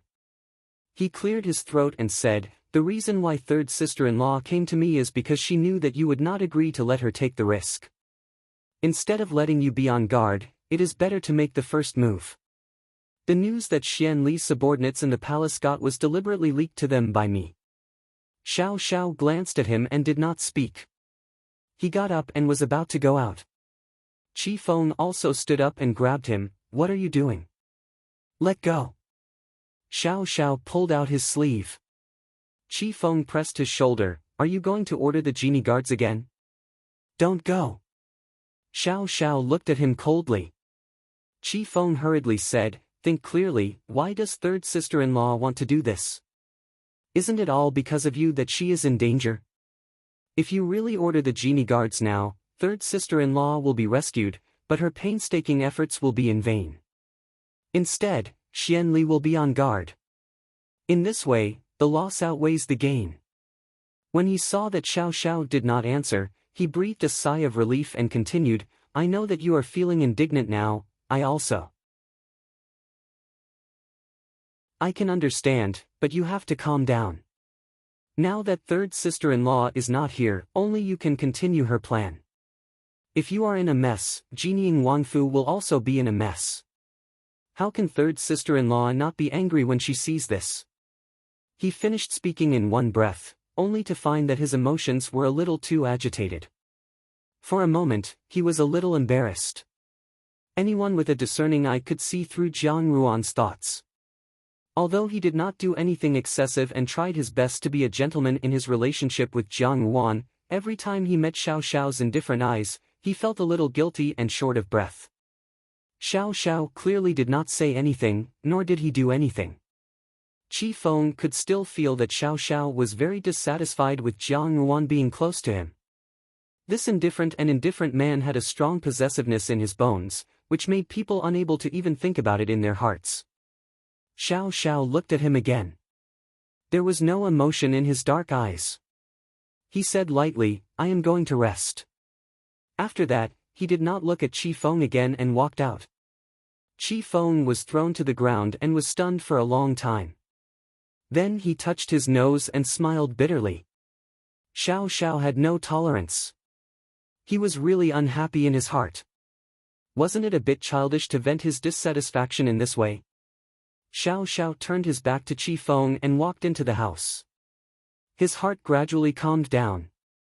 He knew that what Qi Feng said was right. Although he was distressed, he should respect it. Seizing this opportunity created by Jiang Yuan's own safety and giving Xian Li a hard blow was the best way to not waste her painstaking achievements. She had confidence in herself, so he should also have confidence in her. But, thinking of Qi Feng's words just now, Xiao Xiao's eyes sank again. Why was Jiang Yuan so close to Qi Feng all day? That boy Qi Feng did not have good intentions. It was annoying to look at him all day long. He did not know what caught Jiang Ruan's eyes. If she really wanted to discuss it, she could have discussed it with Xia Qing. Moreover, why was she so sure that he would not agree to her idea? He had always been very reasonable. Xiao Xiao had completely forgotten that Xia Qing was a straightforward person. It was impossible for her to come up with any good ideas with Jiang Ruan. As for him, he would put Jiang Ruan's safety first. The only one who could stand in a fair position and look at this matter reasonably was Qi Feng. However, Xiao Xiao did not feel good about looking at Qi Feng. He was also somewhat unhappy that Jiang Ruan had made this decision on her own. In his heart, he secretly decided that when Jiang Ruan returned, he would definitely punish her properly to strengthen his authority as a husband.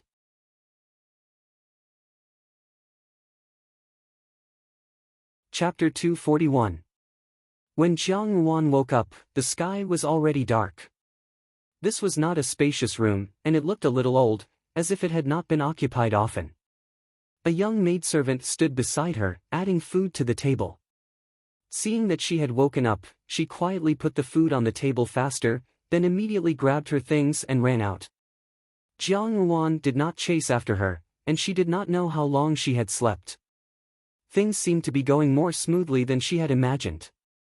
At that time, taking advantage of the chaos, when she was rescuing Lu Zhu in Tianzhu, a few people suddenly swarmed up and snatched away Empress Dowager Ida's reward. She was also knocked unconscious and taken away. She had probably been drugged, so she had only just woken up. Jiang Ruan lowered her eyes.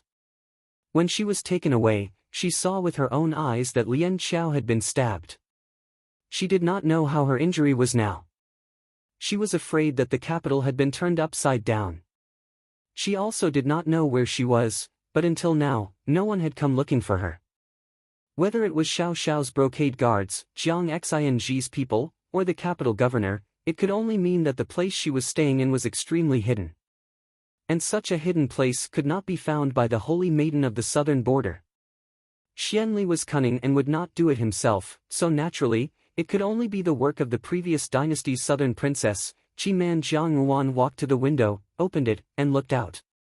It was dark outside, and it seemed very quiet, as if she had already left the wilderness 100 miles away from the capital. There was a different kind of tranquility. Jiang Ruan did not attempt to walk out. She believed that as long as she stepped out of the door, there would inevitably be at least 10 experts blocking her path. This was nothing more than a house arrest. It was precisely Xian Li's arrangement and Qi Man's execution. What was she going to do now? She did not need to do anything, she just had to wait. Jiang Ruan felt a little hungry. Since entering the palace today, she had not eaten anything, and now that she had slept for a long time, she was already very tired. She walked to the table and sat down. There were a few plates of porridge and side dishes on the table, and they were not considered luxurious. Jiang Ruan picked up the bowl and slowly began to eat. Xian Li still wanted to use her as a bargaining chip to make a deal with Xiao Xiao, so naturally, he would not make things difficult for her. The food was certainly not poisonous. After eating 2 mouthfuls, Jiang Ruan suddenly felt a wave of nausea rise up from her stomach to her throat. This feeling came so suddenly that she was caught off guard. She immediately flung her chopsticks and retched. Just as she started to retch, she heard a pang sound as the door was slammed open from the outside. The maid-like woman from before rushed in with a nervous expression on her face. Perhaps she was afraid that Jiang Ruan was up to something, for at this moment, she stood to one side, vigilantly and hesitantly looking at Jiang Ruan without saying a word. In her heart, Jiang Ruan understood. Presumably, before Xianli had sent people to serve her, he must have instructed them to emphasize how cunning she was. Therefore, in the eyes of this maidservant, she must have thought that she was thinking of a way to escape. However, at this moment, Jiang Ruan did not have the slightest bit of such thoughts. She had a vague conjecture in her heart, but she did not show it on her face. She only deliberately took out a handkerchief from her bosom and lightly wiped the corner of her mouth. She said faintly, "This food is really not to my taste." The maidservant stared blankly and still did not speak. Jiang Ruan was startled. Could it be that, in order to be absolutely safe, Xianli had actually sent a mute? She said, "Go and make another table. If your master knows, he will not refuse." The maidservant hesitated for a moment before turning around and leaving. After the maidservant left, Jiang Ruan suppressed the feeling of nausea in her heart. Unhurriedly, she walked to the bedside and sat down. She stroked her forehead and pretended to be somewhat tired. There were spies hiding in the dark both inside and outside the room. If she was the slightest bit careless, she would be caught. At this moment, Jiang Ruan leaned against the cushion on the soft couch, but it was difficult for her to conceal the horror in her heart. The nausea in her stomach was not unfounded. Almost at the same time, a thought flashed through her mind. Could it be that she was pregnant? A few days ago, her taste had become somewhat strange. She somewhat liked to eat sour things, but she did not feel any nausea. She had thought that it was only because of the beginning of spring that her appetite was not good. Who knew that today's actions almost caused her heart to tighten? Even if at this moment she could not determine whether it was true or not, as long as there was a 1 in 10,000 possibility, it was enough to start making her feel uneasy. How could this be? No matter how much Jiang Ruan calculated, she did not expect that she might be pregnant at this time. The reason she had made this plan was based on the calculation that she was a bargaining chip. Xianli would inevitably protect her and keep her safe for the time being. And in order to provoke discord between Xianli and the southern frontier, the key to this elimination was the Holy Maiden of the southern frontier. But if she knew that she was pregnant, any woman would not be indifferent to the fact that the man she loved had another person's child. In particular, the Holy Maiden's possessiveness had already reached a perverse level. If she knew of this news, even her last trace of apprehension and rationality would inevitably be annihilated. Jiang Ruan was not afraid of death. Even in the face of danger, how could a person who had died once easily feel fear? But in her previous life, the tragic state of before her death was still a nightmare even in this life. How could she let such a tragedy happen again? Jiang Ruan's heart tightened. For the first time, she felt vexed with her own decision. If she had found out about the condition of her body earlier, she would certainly not have made this decision so rashly. This child had come into this world under her and Xiao Xiao's expectations. But why did it have to be at this time, when danger was lurking on all sides and killing intent was everywhere? She closed her eyes, and when she opened them again, Jiang Ruan's gaze had become firm and resolute. Since things had already come to this, self-pity and self-pity were of no use. It was better to act according to the circumstances. Her hand slowly stroked her lower abdomen, as if a new life had really been born there. Jiang Ruan looked at her hand. A warm feeling came over her, and her gaze gradually began to soften. If there was really a child here, even if she had to risk everything, she would protect it from harm. But what kind of child would it be? Would it be a boy or a girl? Would it look like Xiao Xiao or would it look like her? Jiang Ruan's heart was somewhat complicated. It was a special feeling that was mixed with anticipation and worry. In the end, the anticipation finally won over the worry. She opened her mouth and silently said to the little life that she did not know whether it existed or not, "You accompany mother, and mother will also accompany you." Naturally, Jiang Ruan's situation did not reach the ears of the anxious people in the capital. In the past few days, everyone who had a relationship with Jinying Wangfu had come to express their condolences. In the general's residence, Lady Li had already fallen ill from anxiety. Zhao Guang also wished he could flip the entire capital upside down. The few sons and young masters of the general's residence also used their own abilities to search for her. Unfortunately, they all returned empty-handed. Even the carefree Guan Lianghan had come to Jinying Wangfu for a few days, wanting to comfort Xiao Xiao. "Lao San, don't be too sad." Guan Lianghan patted Xiao Xiao's shoulder. He was a boorish person and did not know how to comfort him. He scratched his head and could only say, "You see, sister-in-law is not a person who can be easily bullied." In the past, those who went against her, who ended up with a good ending. Perhaps this time, it was also part of her calculations. The mastermind behind this was tricked by someone, and we still don't know what happened. Guan Lianghan said this unintentionally, but Qi Feng's heart almost jumped when he heard it. If he did not know that this matter was very confidential, Jiang Ruan and Xiao Xiao would not have told Guan Lianghan. He almost thought that Guan Lianghan also knew the truth. He glanced at the silent Xiao Xiao and sighed in his heart. How could he not understand Xiao Xiao's thoughts? He knew that it was one thing to believe in Jiang Ruan's ability, but doing it was another. No matter how much he believed in her, he could not help but worry. Mo Tsong looked around and asked strangely, "Why don't I see fifth brother?" "He is checking the injuries of third sister-in-law's two maidservants." Qi Feng said, "The two maidservants were seriously injured and almost could not be saved. Xia Wu has been busy with this these days. To be so vicious to two maidservants."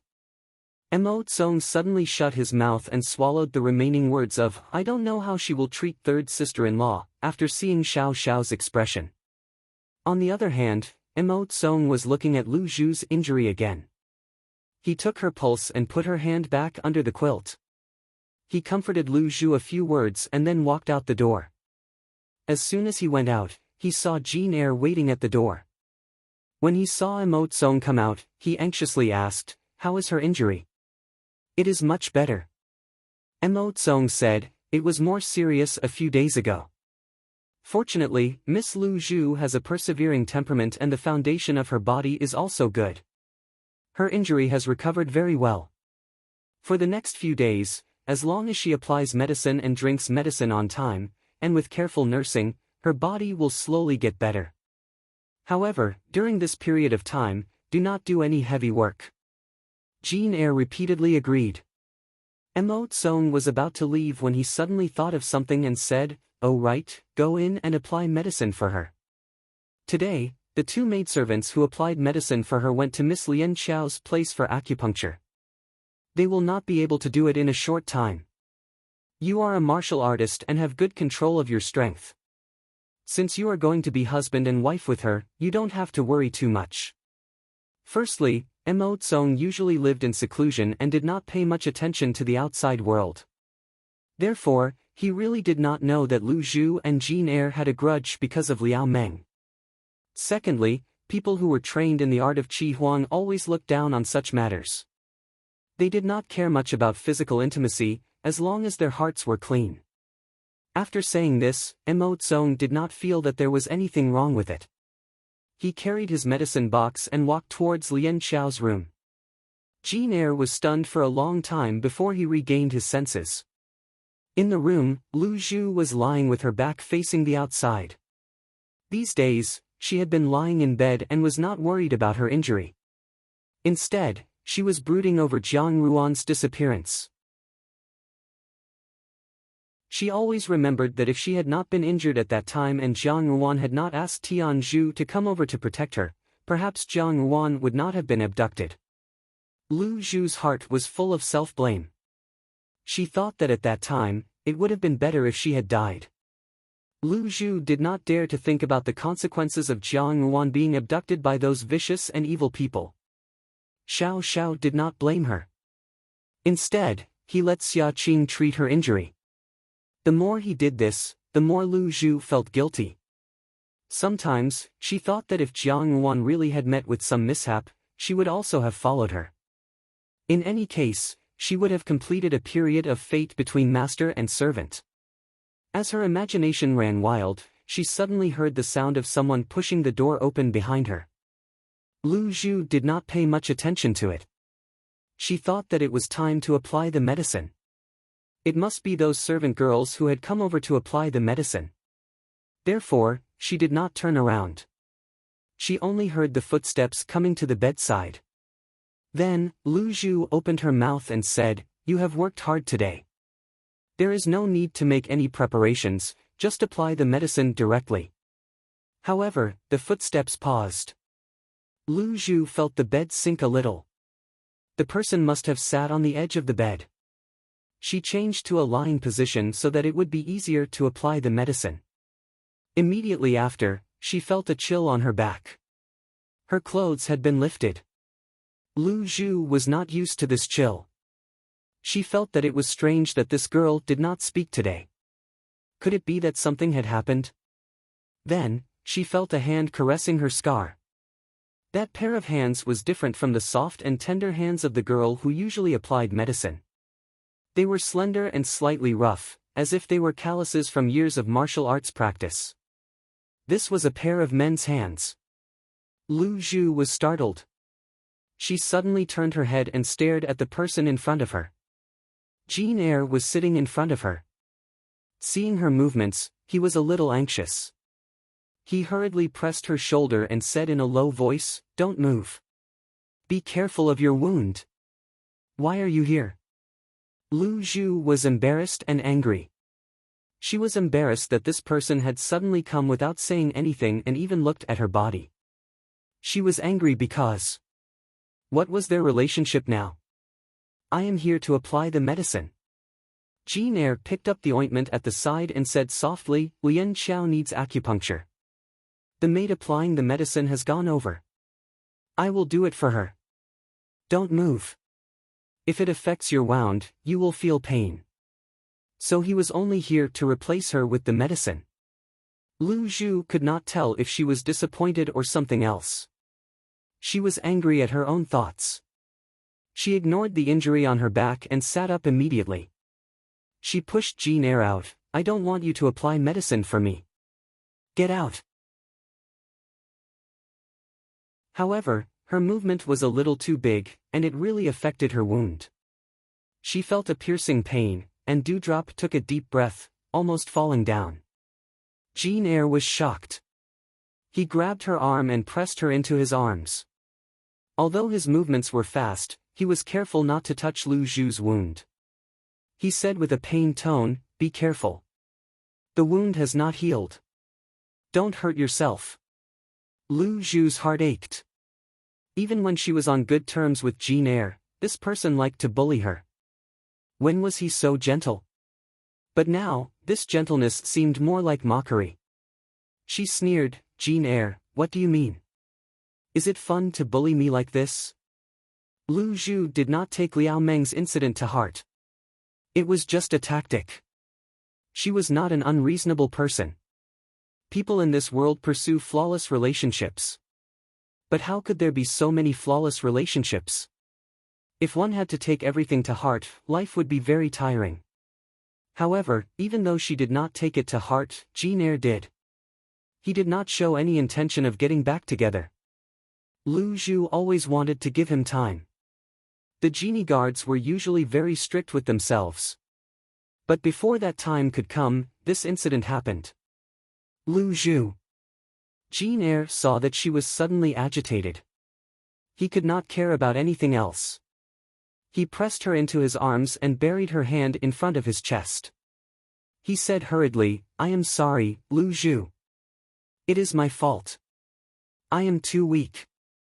I thought that I am not worthy of you. I did not know how to face you.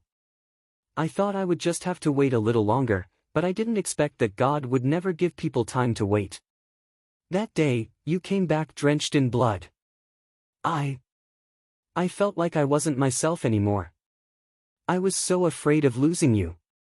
That day, I thought that if you weren't here, I wouldn't be able to live a good life." His lips pressed against Dewdrop's forehead, bringing with it a strange heat. "Fortunately, you are still here. It doesn't matter what you do. If you are angry, I will keep waiting for the day you forgive me. Dewdrop, I am sorry, don't be angry, okay? If you are angry, just hit me and scold me. Don't hurt yourself." Jin Air's words were clumsy and careful. He did not have any of his usual flowery words. He was not clumsy even when he was young. At this moment, it was all displayed in front of Lu Zhu. Jin Air knew that if his colleagues saw his clumsy appearance, they would laugh for 3 to 5 years. But he did not care. Because the words he said at this moment were all from the bottom of his heart. That day, when he saw Lu Zhu being carried back drenched in blood, Tianzhu only said that she had been stabbed. The amount of blood was a ghastly sight. Xia Qing's solemn expression also made Jin Air's hands and feet turn cold. He stood outside Lu Zhu's house and watched Xiaqing go in and busy herself for a few hours. During those hours, he did not think about anything else. He only thought about what he would do if something happened to Lu Zhu. A person would meet countless people in their lifetime. Among them, there were many people who liked someone. But the people who liked someone also happened to like them. How many people would be able to walk together in the end when two people were in love? It was easy to say that they would grow old together, but it was too difficult to do it. Moreover, one could encounter countless setbacks in the world. Why should one not cherish the present? Jin Air could not describe how he felt at this moment. He only felt that Lu Zhu was still alive and well. Perhaps this was the greatest fortune and kindness that the heavens had shown him. He suddenly felt that he had been very foolish in the past. Those so-called external objects and face, those unreasonable feelings of guilt and cowardice, were actually not worth mentioning. What could be more important than the two of them? Lu Zhu closed her eyes. In the past, she would have been very touched to hear these words. But now, she slowly pushed Jin Air's embrace away and forcefully forced back the tears in her eyes. She said, "What's the point of saying all this now? It's impossible for us to be together now." "Why?" Jin Air looked at her anxiously. "It's fine if you're angry. I don't expect you to forgive me immediately. It's none of your business." Lu Zhu composed herself and said, "You're the young master of the Huang family. Even if you follow the son-in-law, you're still a free person. I'm a servant girl who's still a slave. Our statuses don't match. Moreover," she was a little sad, "I still have that terrifying scar on my body. You can find a better girl. We're not suitable for each other. We're probably not fated to be together in this lifetime." For an unmarried girl, having a scar on her body was something that could not be tolerated. Even for a married girl, having a scar on her body was enough to be a reason for her to fall out of favor. Even if it was a scar on her back, it was enough to be considered as disfigurement. Who would be willing to see an ugly scar appear on an originally smooth and clean skin? Moreover, Lu Zhu's cut was extremely deep. After the wound healed, it would definitely leave a scar. This was what Xiaqing had said herself. Since the sacred hands of Jinling had said so, it meant that there was no room for negotiation. Jin Air did not expect that Lu Zhu would be brooding over this matter. He was stunned for a moment before he seemed to suddenly understand. He suddenly burst into laughter. Lu Zhu was slightly taken aback and looked at him with some anger. Jin Air coughed before he stroked her hair. "Silly girl, I don't mind these things."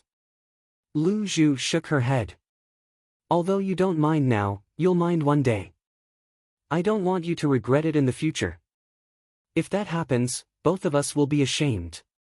No matter how strong a girl was on the outside, when it came to the man she loved, she was always timid and unconfident.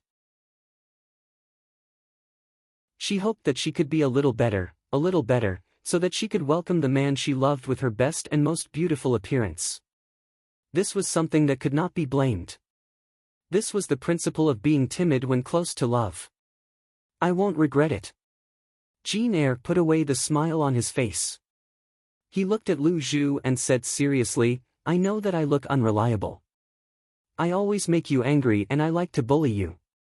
But Lu Zhu, since I was young, you're the first girl I've liked. I don't know how to say it, but when I see you angry and bully you every day, I feel that only then will you notice me and talk to me." The famous playboy of the gaming brothel had one day met a girl who did not spare a glance at him. What made him even more anxious was that he found out that he liked this girl. Naturally, he could only use some childish methods to attract her attention. He said, "But what I like is you, not your appearance. Appearance will grow old one day. No matter how beautiful you are, it can't withstand the passage of time. Not to mention that this scar is on your back, even if it's on your face, you're still the most beautiful girl in my heart. As for what you said about a well-matched match, right now, we really aren't suitable. Why don't I ask Master for a favor and accept me as a servant of the Wang Fu?" Lu Zhu was very touched when she heard the first part of his words, but when she heard the last part, she could not help but be shocked. She immediately raised her head to look at Jean Eyre. "Are you crazy?" What she saw was Jean Eyre's evil smile. She immediately understood that he was trying to scare her and said angrily, "You're lying to me again. Be careful." Jean Eyre held her shoulders. "Don't tear your wound. I'll help you apply medicine. If you want to hit me, come and hit me later. After I've applied the medicine and my body has recovered, I'll come to your room every day to let you hit me to your heart's content." This person was starting to have a glib tongue again. But this time, Lu Zhu did not argue with him. She only quietly turned around. Her face was still slightly red as she muttered, "Lecher." But she could not refuse anymore. Jean Eyre felt fear in his heart because he was afraid of losing her. How could she not feel the same? At the moment of life and death, all kinds of past events flashed before her eyes. Suddenly, those grudges were not so important. Because only after losing something would one know how to cherish it, and life was originally something worth cherishing. As for those trivial matters, let nature take its course. In the palace, everyone sat with a solemn expression on their faces, minding their own business. Even the usually cheerful little eunuchs secretly had bitter expressions on their faces. They did not even dare to breathe loudly, for fear of offending their masters. Ever since the emperor fell ill, everything in the palace had not been smooth sailing. Disturbances came one after another. First, Eunuch Li had died, and now, Princess Jining had also disappeared. Although Princess Jining was a member of the Shao family, she had been bestowed the title of Junzhu by the royal family before she married. Moreover, she was the favorite of Empress Dowager Ida. Now that Jiang Yuan had gone missing, people from the General Fu would come to the palace every few days to discuss the matter with Empress Dowager Ida. Empress Dowager Ida was also unable to restrain her anger. She had also sent people to track down Jiang Yuan's whereabouts, but unfortunately, they had all returned with no results. Thinking of this, the little eunuch had another headache. Walking a few steps forward, he happened to see Eunuch Chen waving his horsetail whisk in front of him, ordering a few eunuchs to do some work. When he saw him, he asked, "Where are you going?" "The imperial kitchen has prepared some medicinal cuisine for Lady Xiao Yi." The little eunuch raised his face with a smile and spoke to Eunuch Chen in a somewhat fawning manner. Thus, it was said that one's fate could only be discovered by chance and not sought. Half a month ago, this Eunuch Chen was still a little eunuch who was no different from him and had the least status in the palace. He was clumsy, always making mistakes. If it were not for Eunuch Li's backing, he would have died many times over. In the end, Eunuch Li died, and this Eunuch Chen took advantage of the situation to rise to the heavens. Because of his filial piety towards Eunuch Li, he was directly promoted by the current steward, Dong Xiao-yi. Empress Dowager Ida did not object. It would be a lie to say that she was not jealous, but the little eunuch was clear that he could not offend this person and could only curry favor with him. As he thought about it, he sighed in his heart. It was said that a new ruler brings a new court of ministers. Now that the emperor was seriously ill and Eunuch Li had died, with Eunuch Chen replaced, he did not know if the crown prince of the great Jin dynasty would also be replaced. As he was thinking, he heard Eunuch Chen's slightly shrill voice, "Go." The little eunuch hurriedly wiped his sweat and carried his things towards Dong Xiaoyi's bedroom. When he arrived at Dong Xiaoyi's bedroom, he did not see anyone, only a few palace maids. The little eunuch smiled and went forward to ask, "Jijia, is Lady Xiaoyi not here?" "Lady Xiaoyi has gone out." The palace maid saw the food basket in the little eunuch's hands and took it. "It's medicinal cuisine. Go back and tell Lady Xiaoyi." When the little eunuch heard this, he was somewhat unhappy. This task was something that he had fought hard to get from someone else. He even spent a silver hairpin just to show his face in front of Dong Xiaoyi. One had to know that from now on, the only person in charge of the palace was Dong Xiaoyi. If he could gain Dong Xiaoyi's favor, he might have the opportunity to climb up. However, it was impossible now. The little eunuch was disappointed, but he still smiled warmly on the surface. He said a few more words to the palace maid before leaving. At this moment, Dong Yinger was in a long corridor in the palace. There was only her personal maid around her. Today, she was not the same as before. Because she was fully in charge of the emperor's affairs and Mu Shiro did not manage anything, if there was no Empress Dowager Ida in the inner palace, she could almost cover the sky with one hand. At this moment, her clothes were gorgeous and her makeup was exquisite. However, her mind was not on the matters of the inner palace. Her purpose had not changed from beginning to end. She came here only to wait for a person. After a moment, she saw a person hurriedly walking over from the other end of the long corridor. That person was in a hurry. Dong Yinger smiled slightly and went up to greet him. "Long time no see, General Jiang." That person stopped and looked at her with a bit of confusion. It was as if he was trying to remember who this person was. Just this one glance caused Dong Yinger's heart to feel pain. So in this person's heart, she was nothing, and she didn't even leave a mark on him? She bit her lips. Jiang Xing seemed to remember and nodded his head. "Dong Xiu Yi." His tone was restrained and polite, but it stung Dong Yinger's heart even more. She looked at the man in front of her, the man that she had been yearning for a long time. Compared to the beginning, he looked more mature and handsome. That kind of elegance and fortitude were mixed together, showing a different kind of charm. This and the emperor, the man who was old enough to be her father, had a completely different kind of youth and tension. Dong Yinger discovered that even after such a long time, when she saw this man again, her heart that was like stagnant water would still beat for him. "Do you still remember me?" She smiled reservedly. "Back then, Wan Mimi and I were very close." Jiang Xing was somewhat puzzled. He was not a young brat who did not understand anything. Naturally, he could see that the way Dong Yinger looked at him was somewhat strange. At this moment, Dong Yinger's words made him feel somewhat disgusted for no reason. Jiang Xing was very clear about what kind of person Jiang Ruan was.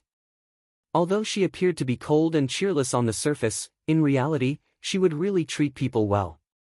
Lin Zixiang and Zhao Jin were both Jiang Ruan's friends. Jiang Ruan would also mention them and sometimes help them secretly with some matters. However, Jiang Ruan had never mentioned this Dong Yinger. Jiang Xing had never doubted his own sister's decisions. Therefore, Dong Yinger's words immediately made him feel somewhat unhappy. Moreover, regarding Dong Yinger, he really did not have much of an impression. Therefore, when Jiang Xing heard this, he simply said. He just lightly said, "Oh, my memory is too shallow." Dong Yinger's heart ached. How could Jiang Xing say such words so lightly? To her, wasn't this the same as admitting that he could not remember what she had said? Why did he have to embarrass himself like this?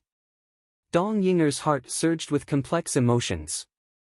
She knew that today, Jiang Xing had entered the palace to discuss the matter of Jiang Ruan's abduction with Empress Dowager Ida, so she deliberately waited for him on this road. She wanted Jiang Xing to see her and not ignore her like he did in the past. But if she was already a high and mighty empress, feared and respected by everyone in the palace, why did this man still ignore her like before? Why? It was because that woman. Dong Yinger forcibly suppressed the case in her heart and tried hard not to make her expression appear distorted and sinister. She said, "I heard that General Jiang is going to marry Miss Xiao."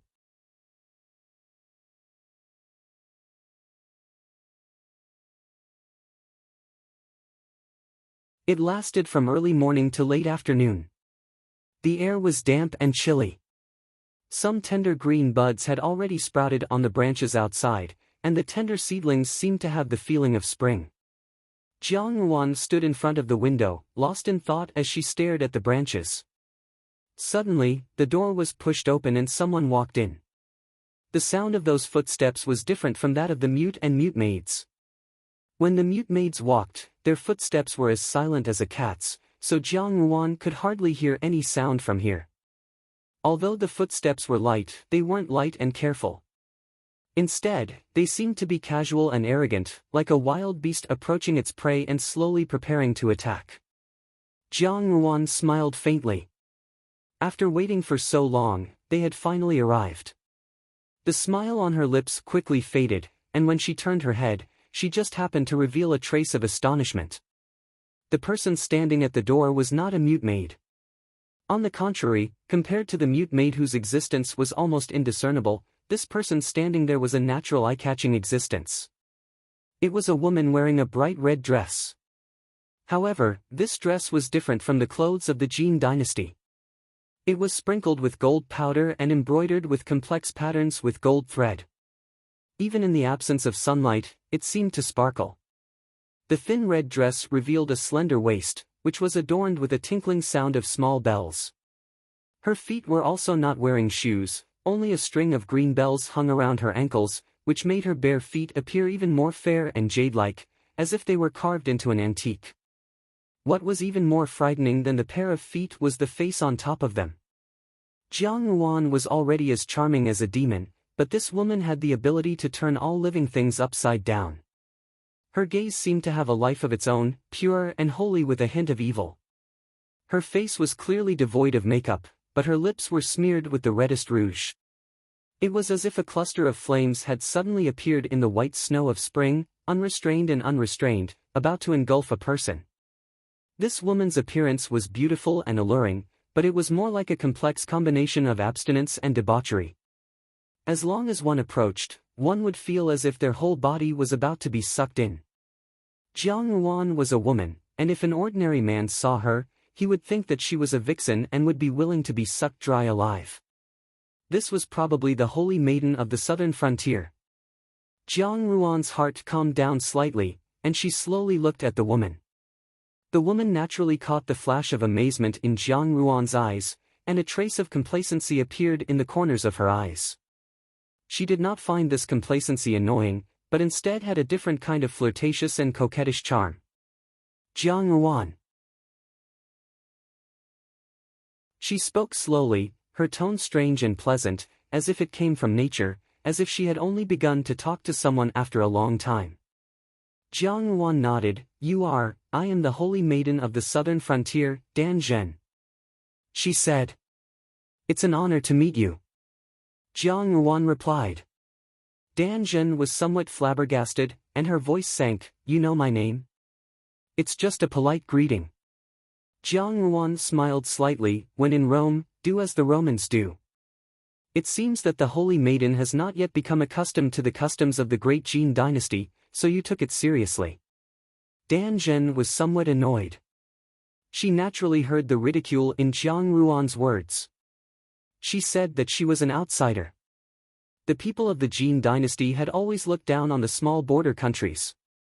Even when the southern frontier had not yet been destroyed, they still paid tribute every year, but they were still affectionately called the barbarians of the southern frontier by the people of the Jin dynasty. Now that Jiang Ruan mentioned these words again, it sounded a little harsh to Dan Zhen's ears. She frowned, her two delicate eyebrows slightly raised, and then she slowly said, "Your mouth is quite sharp." Likewise. Jiang Ruan replied. She was not afraid of what Dan Zhen would do to her at this moment. Although the alliance between Xianli and the southern frontier was not very strong, now was a time of life and death. Xianli would not allow any accidents to happen, so he would certainly grasp the weakness of the southern frontier and make them have no choice but to agree with his decision. As for Qi Man, from so many years of interaction, this person was determined and planned. She was a person who took the overall situation into consideration. She also had no enmity of life and death with her, so naturally, she would not kill her immediately. Before this, Jiang Ruan had speculated that the southern frontier now had two masters. One was Qi Man, and the other was the Dan Zhen in front of her. However, it was obvious that Dan Zhen was far inferior to Qi Man, whether it was in terms of skill or breadth of mind. Therefore, Dan Zhen could only be the one being led. Qi Man was good at control. Under Qi Man's control, it was impossible for Dan Zhen to make a move against her. If it was in the past, Jiang Ruan would naturally be fearless, but now that she was pregnant, even if she did not consider herself, she had to think about the child in her belly. Therefore, all along, she had carefully guided Dan Zhen's emotions. In her bones, Dan Zhen was a person who would not admit defeat. Subconsciously, she still wanted to compete with her. This was the self-awareness of a woman. For example, just now, Dan Zhen was already extremely beautiful, but from her actions today, it could still be seen that she had specially dressed herself up. Jiang Yuan was not a man, so how could she be worthy of Dan Zhen's meticulous dressing? Naturally, it was because in Dan Zhen's heart, she still had the thought of competing with Jiang Yuan. Your birth can't be considered very good. Dan Zhen spoke unhurriedly. As she said this, she also sized up Jiang Yuan from head to toe. The corners of her lips curled up, and her eyes revealed traces of disdain. Your birth is even more lowly. I heard that you were once enslaved by the country's servants. It's really ridiculous. She played with her slightly curly hair with great interest. I have heard of your deeds. At that time, when that brother of yours was called the god of war, it was also partly because of your contributions. I originally thought that you definitely had some ability. Now, it seems that I have overestimated you. You were so easily taken away by others. Staying here as a forbidden object is really too boring. Jiang Yuan was calm and unruffled in the midst of chaos as she looked at her. Her expression did not change at all because of her words.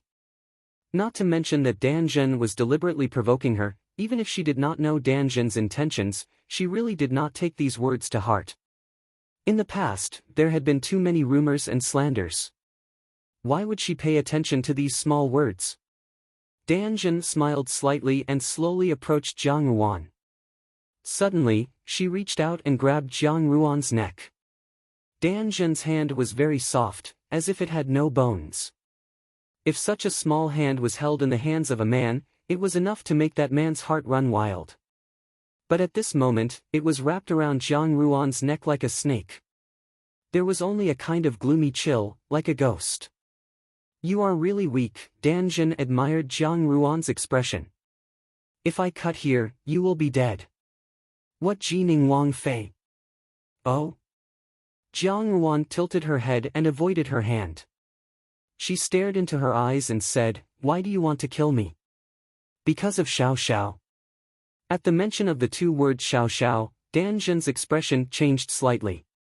At that moment, the eyes that were originally full of spirit seemed to suddenly become very distorted. Even Jiang Yuan felt that something was wrong when she saw the gloomy coldness in them. Her obsession was actually so deep. Jiang Yuan was both surprised and angry. Xiao Xiao and this woman had only met a few times, but this woman had stubbornly chased him from the southern frontier to the great Jin dynasty. She had the intention of restoring the country, yet she could not wait to put her to death. Wasn't the reason for this disaster? Do you understand him very well? Dan Zhen suddenly sneered. Do you think that you are so great as a Jining Wang Fei? He was an eagle on the grassland and a lone wolf in the desert. He would never have anything to hold him back in his life. You were just an ugly stumbling block, yet you dared to be so complacent. It was really ridiculous. Ridiculous. At the end of her words, she could not help but become angry. Jiang Yuan raised her eyebrows. Dan Zhen's obsession with Xiao Xiao was really deep. As long as Xiao Xiao was mentioned, it was extremely easy to provoke her emotions. What was this? For the first time, the incomparably pure holy maiden, who had been abstinent for a long time, was moved. Because she could not have him, no one could have him. In the end, what did she want to do? Turn Xiao Xiao into a puppet and store him forever? Just like the secret techniques of the southern frontier in those stories? As for the lone wolf and the eagle, Jiang Yuan actually felt that it was somewhat funny. Perhaps that man indeed had such an awe-inspiring and inviolable appearance in front of others, but when she had seen him pester people, perhaps Dan Zhen would not be so obsessed. It was just that Xiao Xiao's pestering appearance was not something that anyone could see. Jiang Yuan also smiled slightly. I am indeed a stumbling block, but this stumbling block is something that he himself wants to pick up. Perhaps the Holy Maiden is not a stumbling block, but rather a helping hand, but hasn't he still kicked it away? Oh, I was wrong. Now that you two have different paths, you are destined to be old enemies since many years ago. What does the Holy Maiden want to say? Jiang Ruan's counterattack had not changed for so many years. She did not like to waste too much of her breath. She would always find someone's wound and step on it with all her might. When she was done, she would sprinkle a handful of salt on it. She did it in a natural and unrestrained manner. Those who quarreled with her were all angered half to death by her. Dan Zhen was a holy maiden and had an extremely high status in the southern frontier. Normally, she was aloof and aloof. When had she ever spoken so much to anyone? Moreover, no one had ever made things difficult for her. Towards her words, they were all executed without question. On the contrary, Jiang Ruan had suffered countless doubts since childhood, in both her past and present life. Therefore, such a counterattack could be said to be at her fingertips. As expected, Dan Zhen's complexion changed after hearing her words. Any woman who had lost face in front of her love rival, especially when this face was taken away by her sweetheart, how could she remain indifferent? Dan Zhen almost wanted to swallow Jiang Ruan whole. That beautiful face of hers was almost about to be torn to shreds. However, a moment later, she revealed a smile and said mockingly, "What's the point of saying all this? I don't need his willingness. What I want is his submission." Submission? Jiang Ruan seemed to have heard a funny joke. She smiled and looked at Dan Zhen. "Holy Maiden, didn't you say that he is an eagle in the grasslands and a lone wolf in the desert?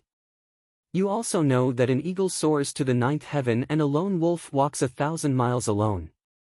He can be hunted, but he cannot be tamed. Have you ever seen a tamed eagle and a hungry wolf? Since this is the case, why talk about submission?" Dan Zhen had gradually adapted to Jiang Ruan's way of speaking. She slowly smiled. That smile actually looked somewhat strange. "Miss Jiang, you are really naive. Perhaps this is the reason why the women of the Jin dynasty are so naive, because they have been raised in their boudoirs. In fact, the submission that I am talking about is not what you are talking about. What you are talking about is the submission of the heart, but what I am talking about is the submission of the person. When your country, the entire great Jin dynasty, has submitted to the foot of the southern frontier, not to mention the eagle and the lone wolf, even this piece of sky, this piece of desert, will have to submit to me." Her words were so arrogant that Jiang Ruan did not answer. In Dan Zhen's eyes, such silence was a sign of Jiang Ruan's retreat. She smiled contentedly and said, "You can rest assured that I have never thought of becoming his helper. Whether he is an eagle or a lone wolf, in this life, he can only stay by my side.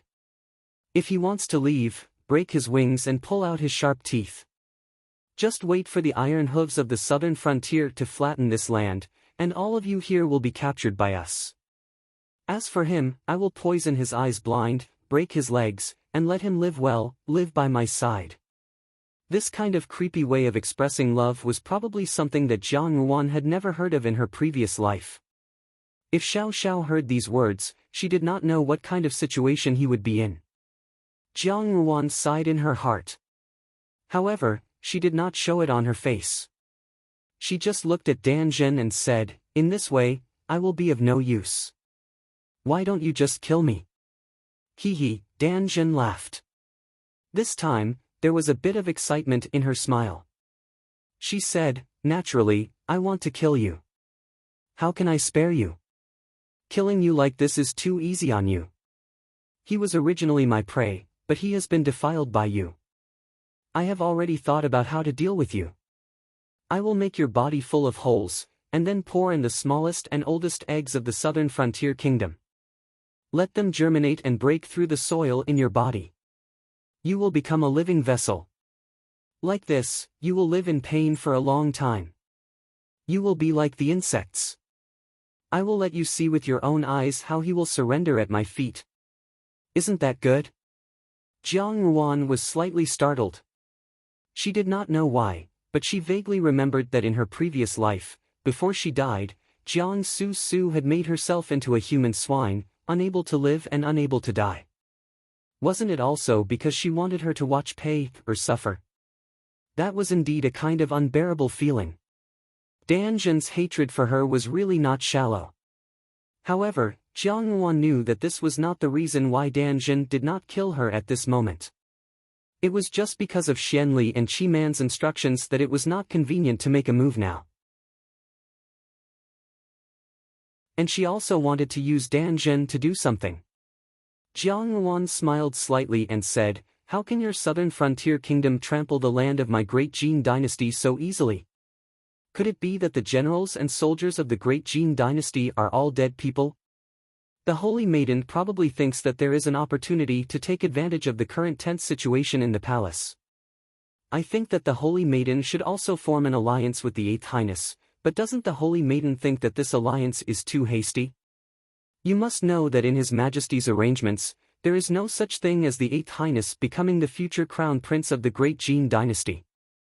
Dan Zhen also smiled. "What does your emperor count as? Now he is just a useless person." "But there is still the 13th Highness," Jiang Yuan interrupted her words. "The 13th Highness is intelligent and knowledgeable. More importantly, he's doing it right and proper." "Justified?" Dan Zhen seemed to think of something, and her eyes suddenly lit up. She looked at Jiang Yuan and said, "You probably think that the so-called justified is an imperial edict. With this imperial edict, you have bet on the right treasure, and there is hope." Jiang Yuan nodded, but there was a trace of understanding in her eyes. Dan Zhen sneered and turned to go out the door. After a moment, when she returned, she was holding a long wooden tube in her hand. Her smile was somewhat malicious. "Miss Jiang, do you feel that this thing is very familiar?" Jiang Yuan did not speak, but stared closely at the wooden tube. Jiang Yuan was well aware of what was in the wooden tube. When Dan Zhen saw her motionless eyes, she seemed to be even more excited. She suddenly opened the wooden tube and pulled out something from inside. That thing looked very familiar. When the long scroll was unfolded, it was impressively an imperial edict. "Do you think that no one will find out if you hide the imperial edict in the carriage? I have to say, you are always so bold, but it is easy to make mistakes. Now, your so-called hope has fallen into my hands. You have to know that the 13th prince would have nothing if it weren't for the imperial decree. If the emperor died at this time, and it was related to the 13th prince, what do you think would happen?" "What would happen?" Jiang Yuan also sneered in her heart. She knew better than anyone what would happen. Because in her previous life, she had been stigmatized as a demoness who brought disaster to the country. The emperor's death had fallen on her head, and in the end, she had become the sinner of the whole world. And Xian Li had stripped clean and sat in that position. There was not a single word of fault, and all of it was singing praises. This was the truth. At this moment, Jiang Yuan just said lightly, "So what if you have this imperial edict? One day, it will be found, and there will be a day when it will see the light of day again. As long as I wait until that day, my hope will not be in vain."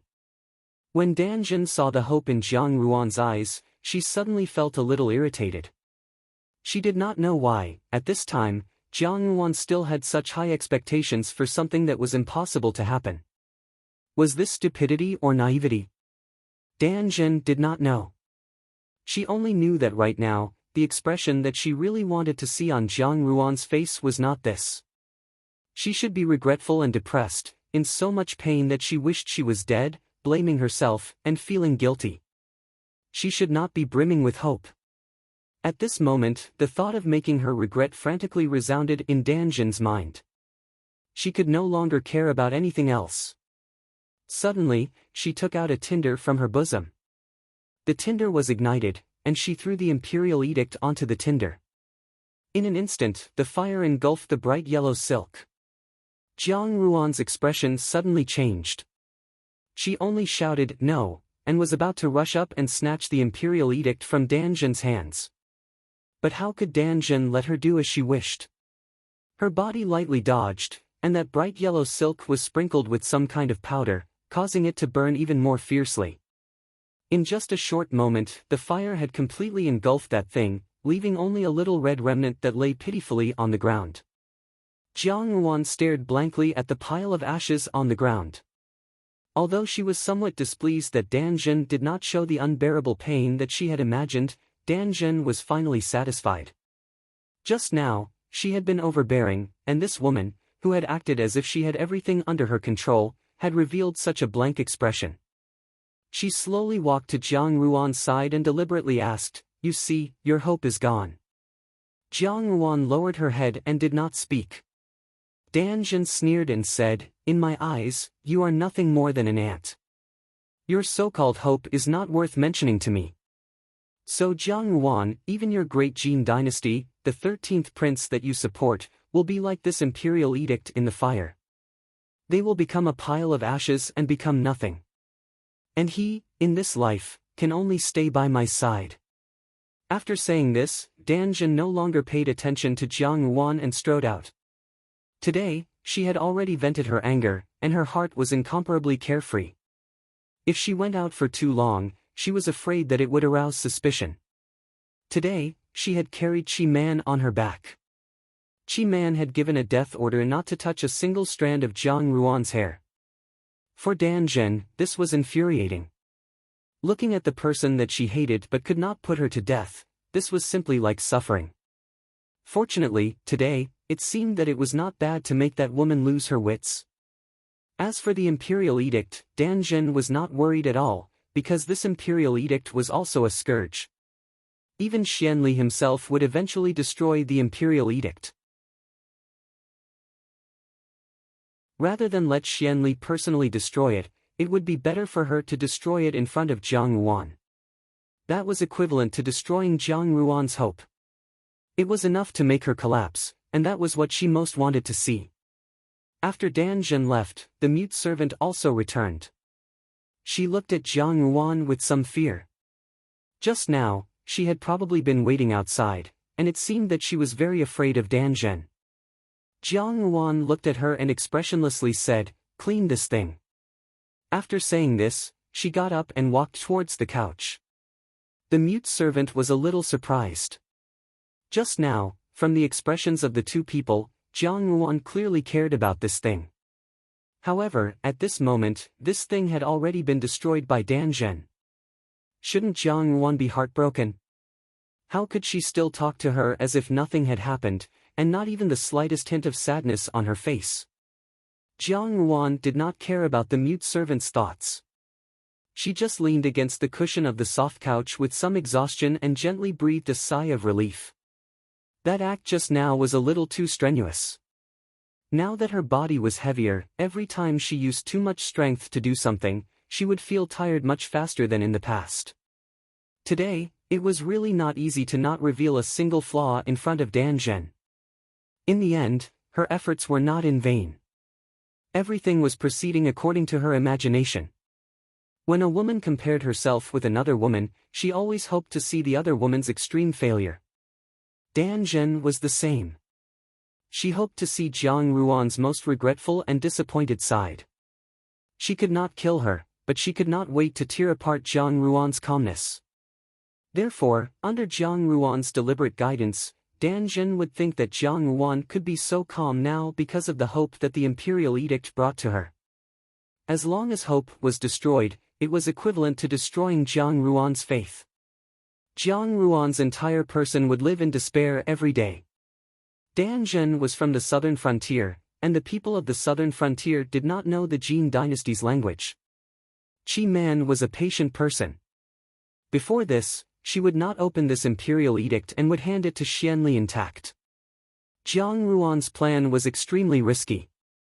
If this imperial edict was seen by Xianli, not only would everything fall short of success, even Xiao Xiao's identity would be exposed. Therefore, the crux of the matter was that before Xianli could see the imperial edict had already been destroyed. The matter of destroying the imperial edict could only be done by Dan Zhen. She had the ability and the impulse, so it was best to ask her to do it. Danjun thought that this imperial edict was to establish Xian Pei as the crown prince, but in fact, the name of the heir apparent was Xiao Xiao. From then on, as long as the emperor did not wake up and this imperial edict was completely extinguished, Xiao Xiao's identity would be completely buried in the dust of history. He would forever be the little prince of Jinying Wangfu, the young master of the genie guards, and not some royal bloodline. Danjun would stop for a while because of this, and Xianli, with his extremely conservative and stable temperament, naturally would not come out at this time. He would definitely wait for the wind to blow over before coming to see her. And before that, Danjun would not take the initiative to talk about the imperial edict. Therefore, when Xianli arrived, there was no imperial edict. Even if he suspected, he could not find any evidence. Moreover, he would not doubt that he would relax his vigilance against Xian Pei in the palace and wholeheartedly make a fuss about the emperor. Stealing a beam and replacing a pillar with a flower, although it looked simple, every step was like walking on a steel wire. If one was not careful, one would fall into a bottomless abyss. Jiang Yuan had such a bold idea, and she had also done it boldly. Every step she took here, because of the child in her belly, was extremely difficult. Usually, it was very simple, but when she did it, she actually sweated a little. She looked for a while, then suddenly reached out and called for the mute maid. The mute maid waited for her instructions. Jiang Yuan said, "I am really a little bored, help me find a dog. In this place, I am always alone, and having a dog to accompany me is also very good." The mute maid was a little surprised that she would say this, but naturally, she could not disobey Jiang Yuan's words. Perhaps the people above had already instructed her that whatever Jiang Yuan wanted to do must be done. Therefore, after the mute maid had recovered from her shock, she went out on her own. However, she did not see that Jiang Yuan was gently stroking her forehead behind her back. Her appetite was getting bigger and bigger. Because of the little fellow in her belly, the usual food was obviously not enough. Moreover, she did not know what was going on in this place. Although the food was exquisitely prepared, it was mostly plain porridge and side dishes. Looking at it, she did not have much appetite. Originally, there was no abortion medication. If she did not take good care of her body, she was afraid that she would implicate the child in her belly. However, if her appetite suddenly increased, she was afraid that it would arouse suspicion. These people's minds were deep, and if there was even the slightest thing wrong with her, they would immediately be able to detect it. It would be better to find a dog.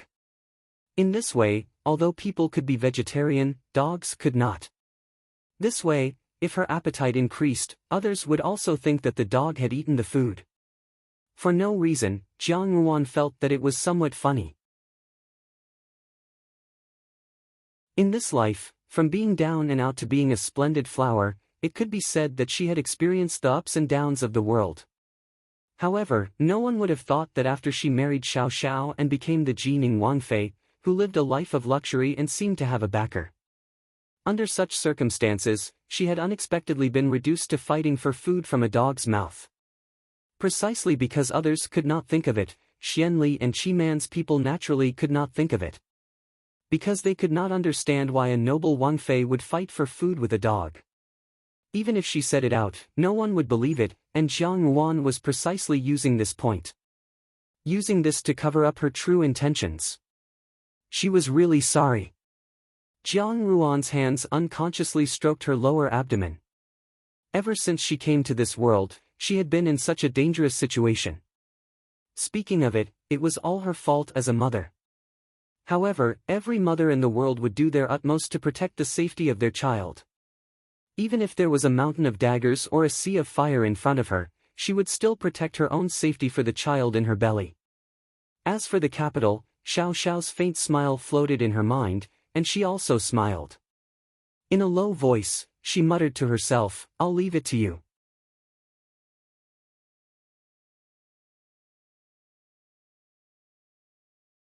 Chapter 243.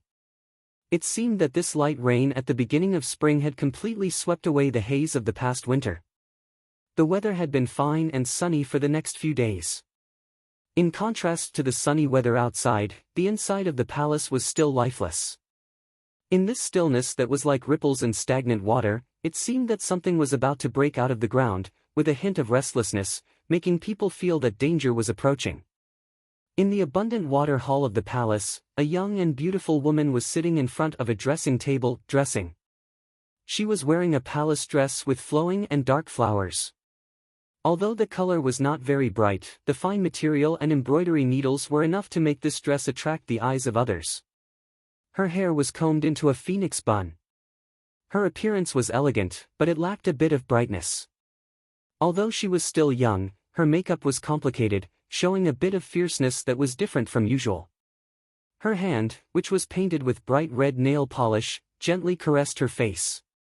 Her snow-white face, because of the rouge, showed a bit of a tender color, but it was not the natural beauty of a young woman. She was beautiful, but like a bunch of fake flowers, it seemed somewhat stiff and soulless. A palace maid outside came in to report, saying, "Nyang Nyang, Miss Xiao has arrived. Please come in." Dong Yinger smiled slightly. She stood up, walked to the side of the soft couch, and reclined. The beautiful woman reclined, but her posture was completely different from usual. When Dong Yinger entered the hall and saw this scene, she couldn't help but be slightly startled. When the beautiful woman on the soft couch saw her arrive, she revealed a smile. Zhao Jin. Zhao Jin composed herself. She stood where she was as if hesitating for a moment, then raised her foot to walk to the side of the soft couch. Dong Yinger had already patted the soft couch, smiling at her. "Come sit here." "This. I'm afraid it's not very good." Zhao Jin pursed her lips. "Nyang Nyang is a golden branch and jade leaf. There was no need for you and me to say such things before. Could it be that you have forgotten that we once embroidered handkerchiefs together and took a nap on the same couch?"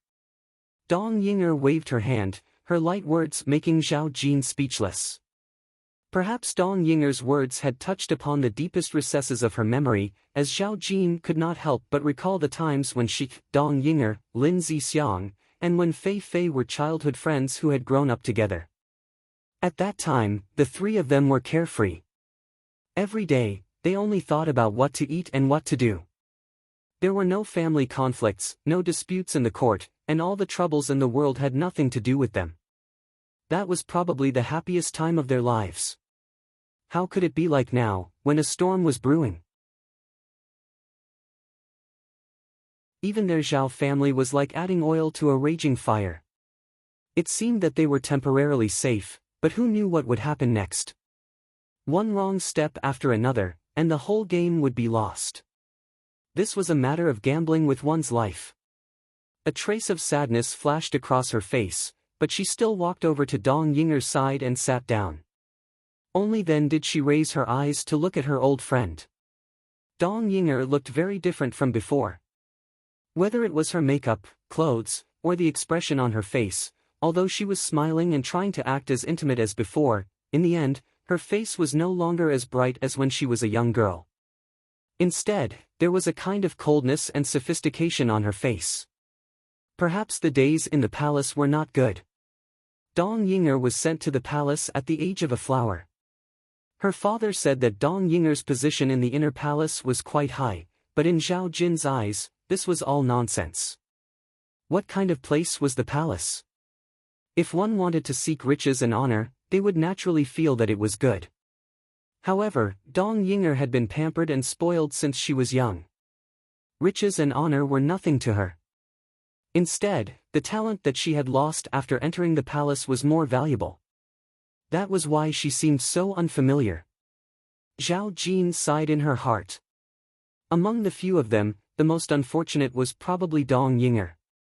Thinking of this, Zhao Jin's heart gave birth to sympathy for Dong Yinger.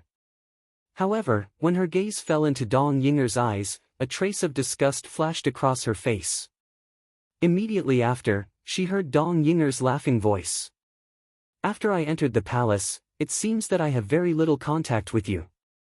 Now that we meet again, I feel that things are still the same, but the people have changed. I wonder if you have this feeling." After Dong Yinger entered the palace, her former sisters had all entered the palace to see her.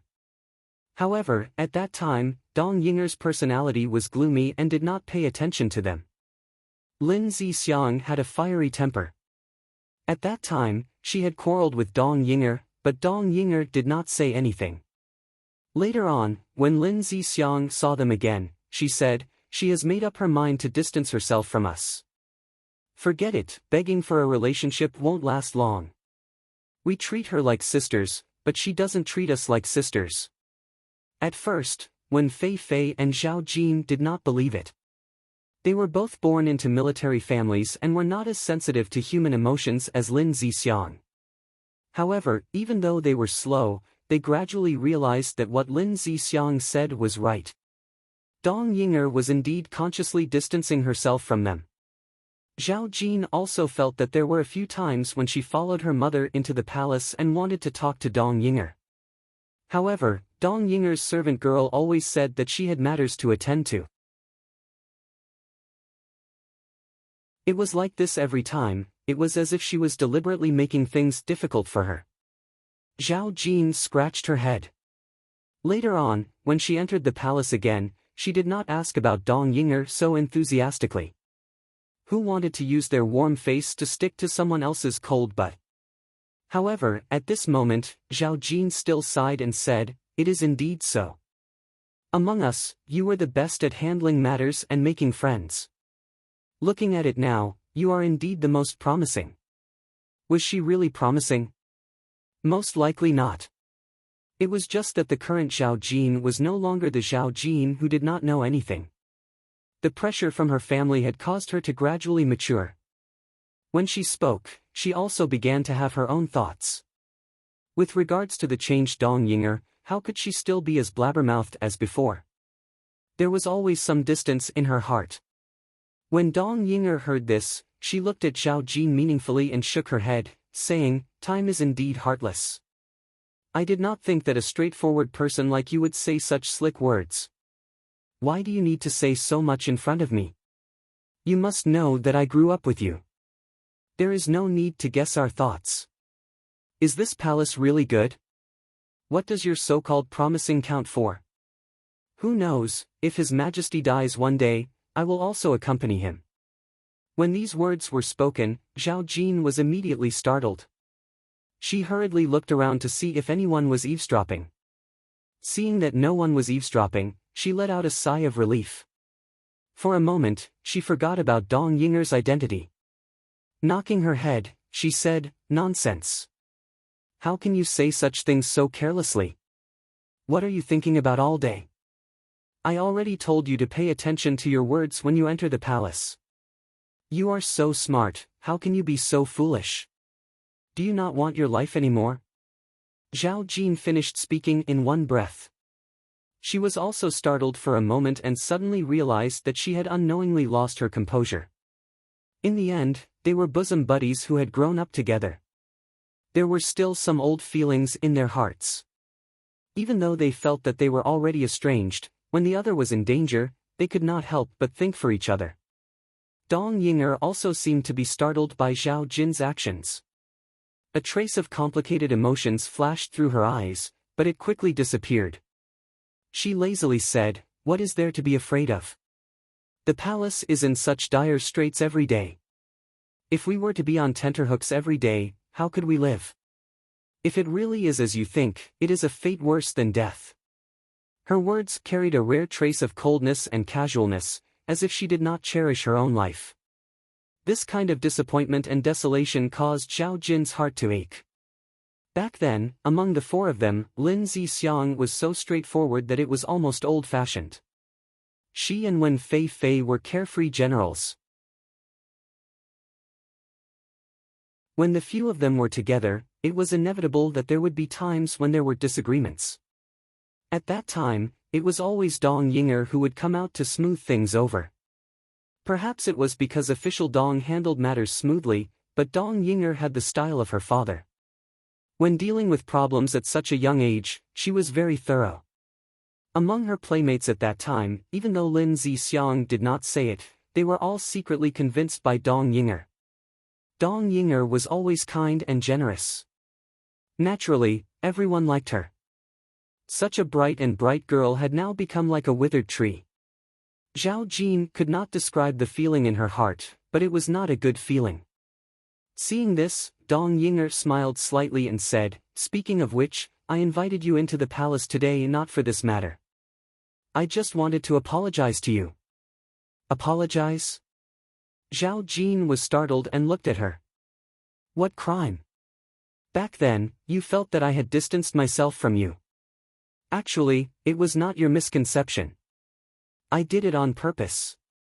I did it on purpose because there was a period of time when I really hated you and was jealous of you.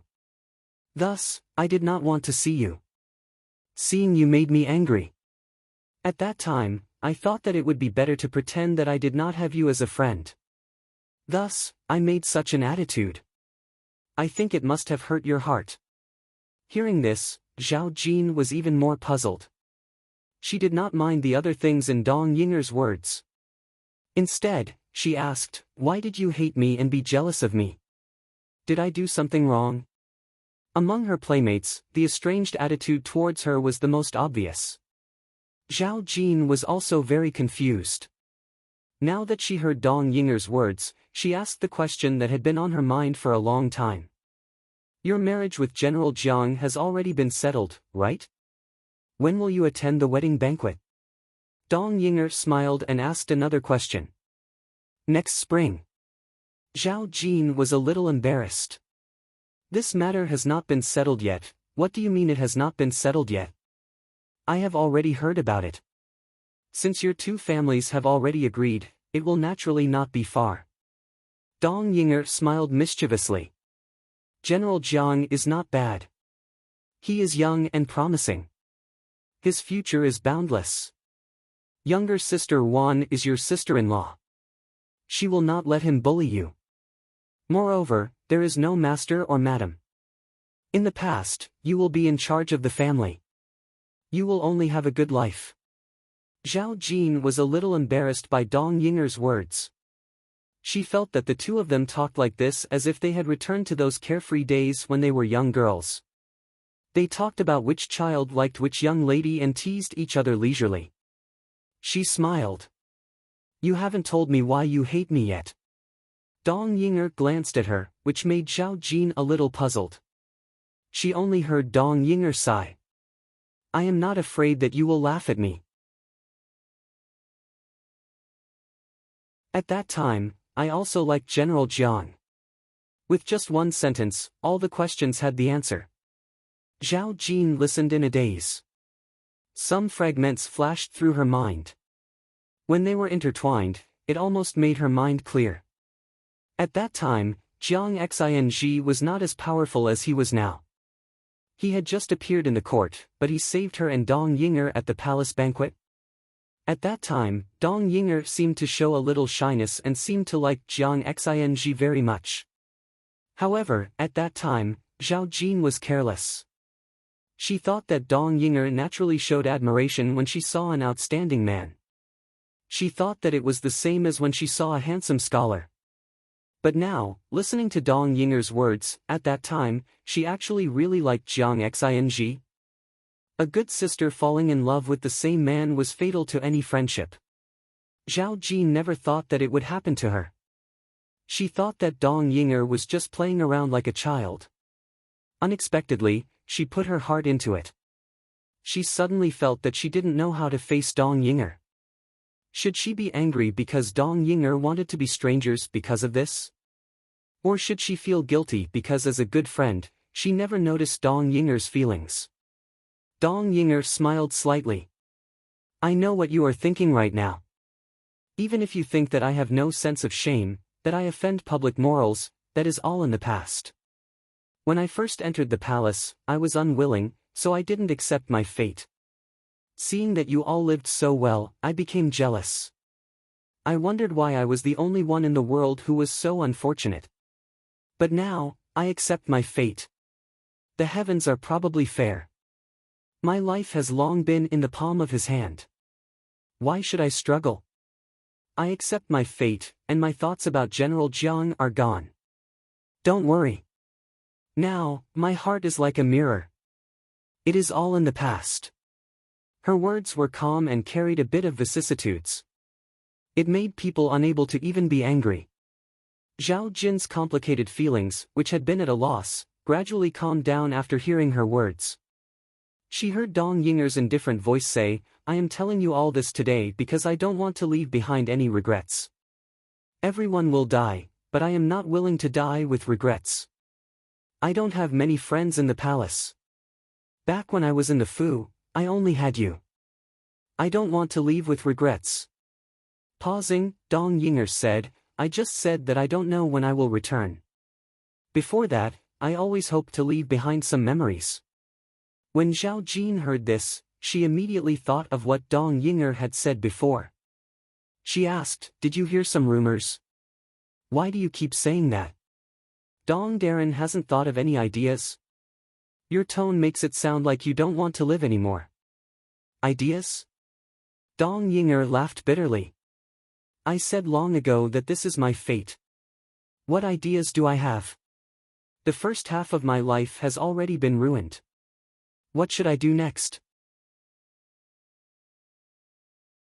Even if I keep my life, I will have to conceal my identity. I can't even return to my own home. What is the point of living? As for father, he sent me here to protect the Dong family. I have to do things to the end. I might as well restore the Dong family's reputation. At the very least, I can give the Dong family a title of loyalty. What you are doing is wrong. How can you?" Zhao Jin wanted to continue, but she was interrupted by Dong Yinger. She said, "Zhao Jin, can you forgive me? When a person is about to die, their words are kind." Moreover, when Zhao Jin thought about it carefully, other than being a little cold to them, Dong Yinger hadn't done anything out of line. Everyone had grown up together. Speaking of Jiang Xing, Zhao Jin felt sad for Dong Yinger. It was just that fate could not be forced. Dong Yinger had fallen to such a state. It was really too pitiful. She composed herself and looked at Zhao Jin. "I have never blamed you. Liking someone isn't a big deal. I don't blame you. I will always be your sister." Dong Yinger laughed softly. She reached out and held Zhao Jin's hand. She smiled and said, "I know that after so many years, the easiest person to persuade is you. You are probably the only one who can be so generous and not bicker with me. If you like someone you like."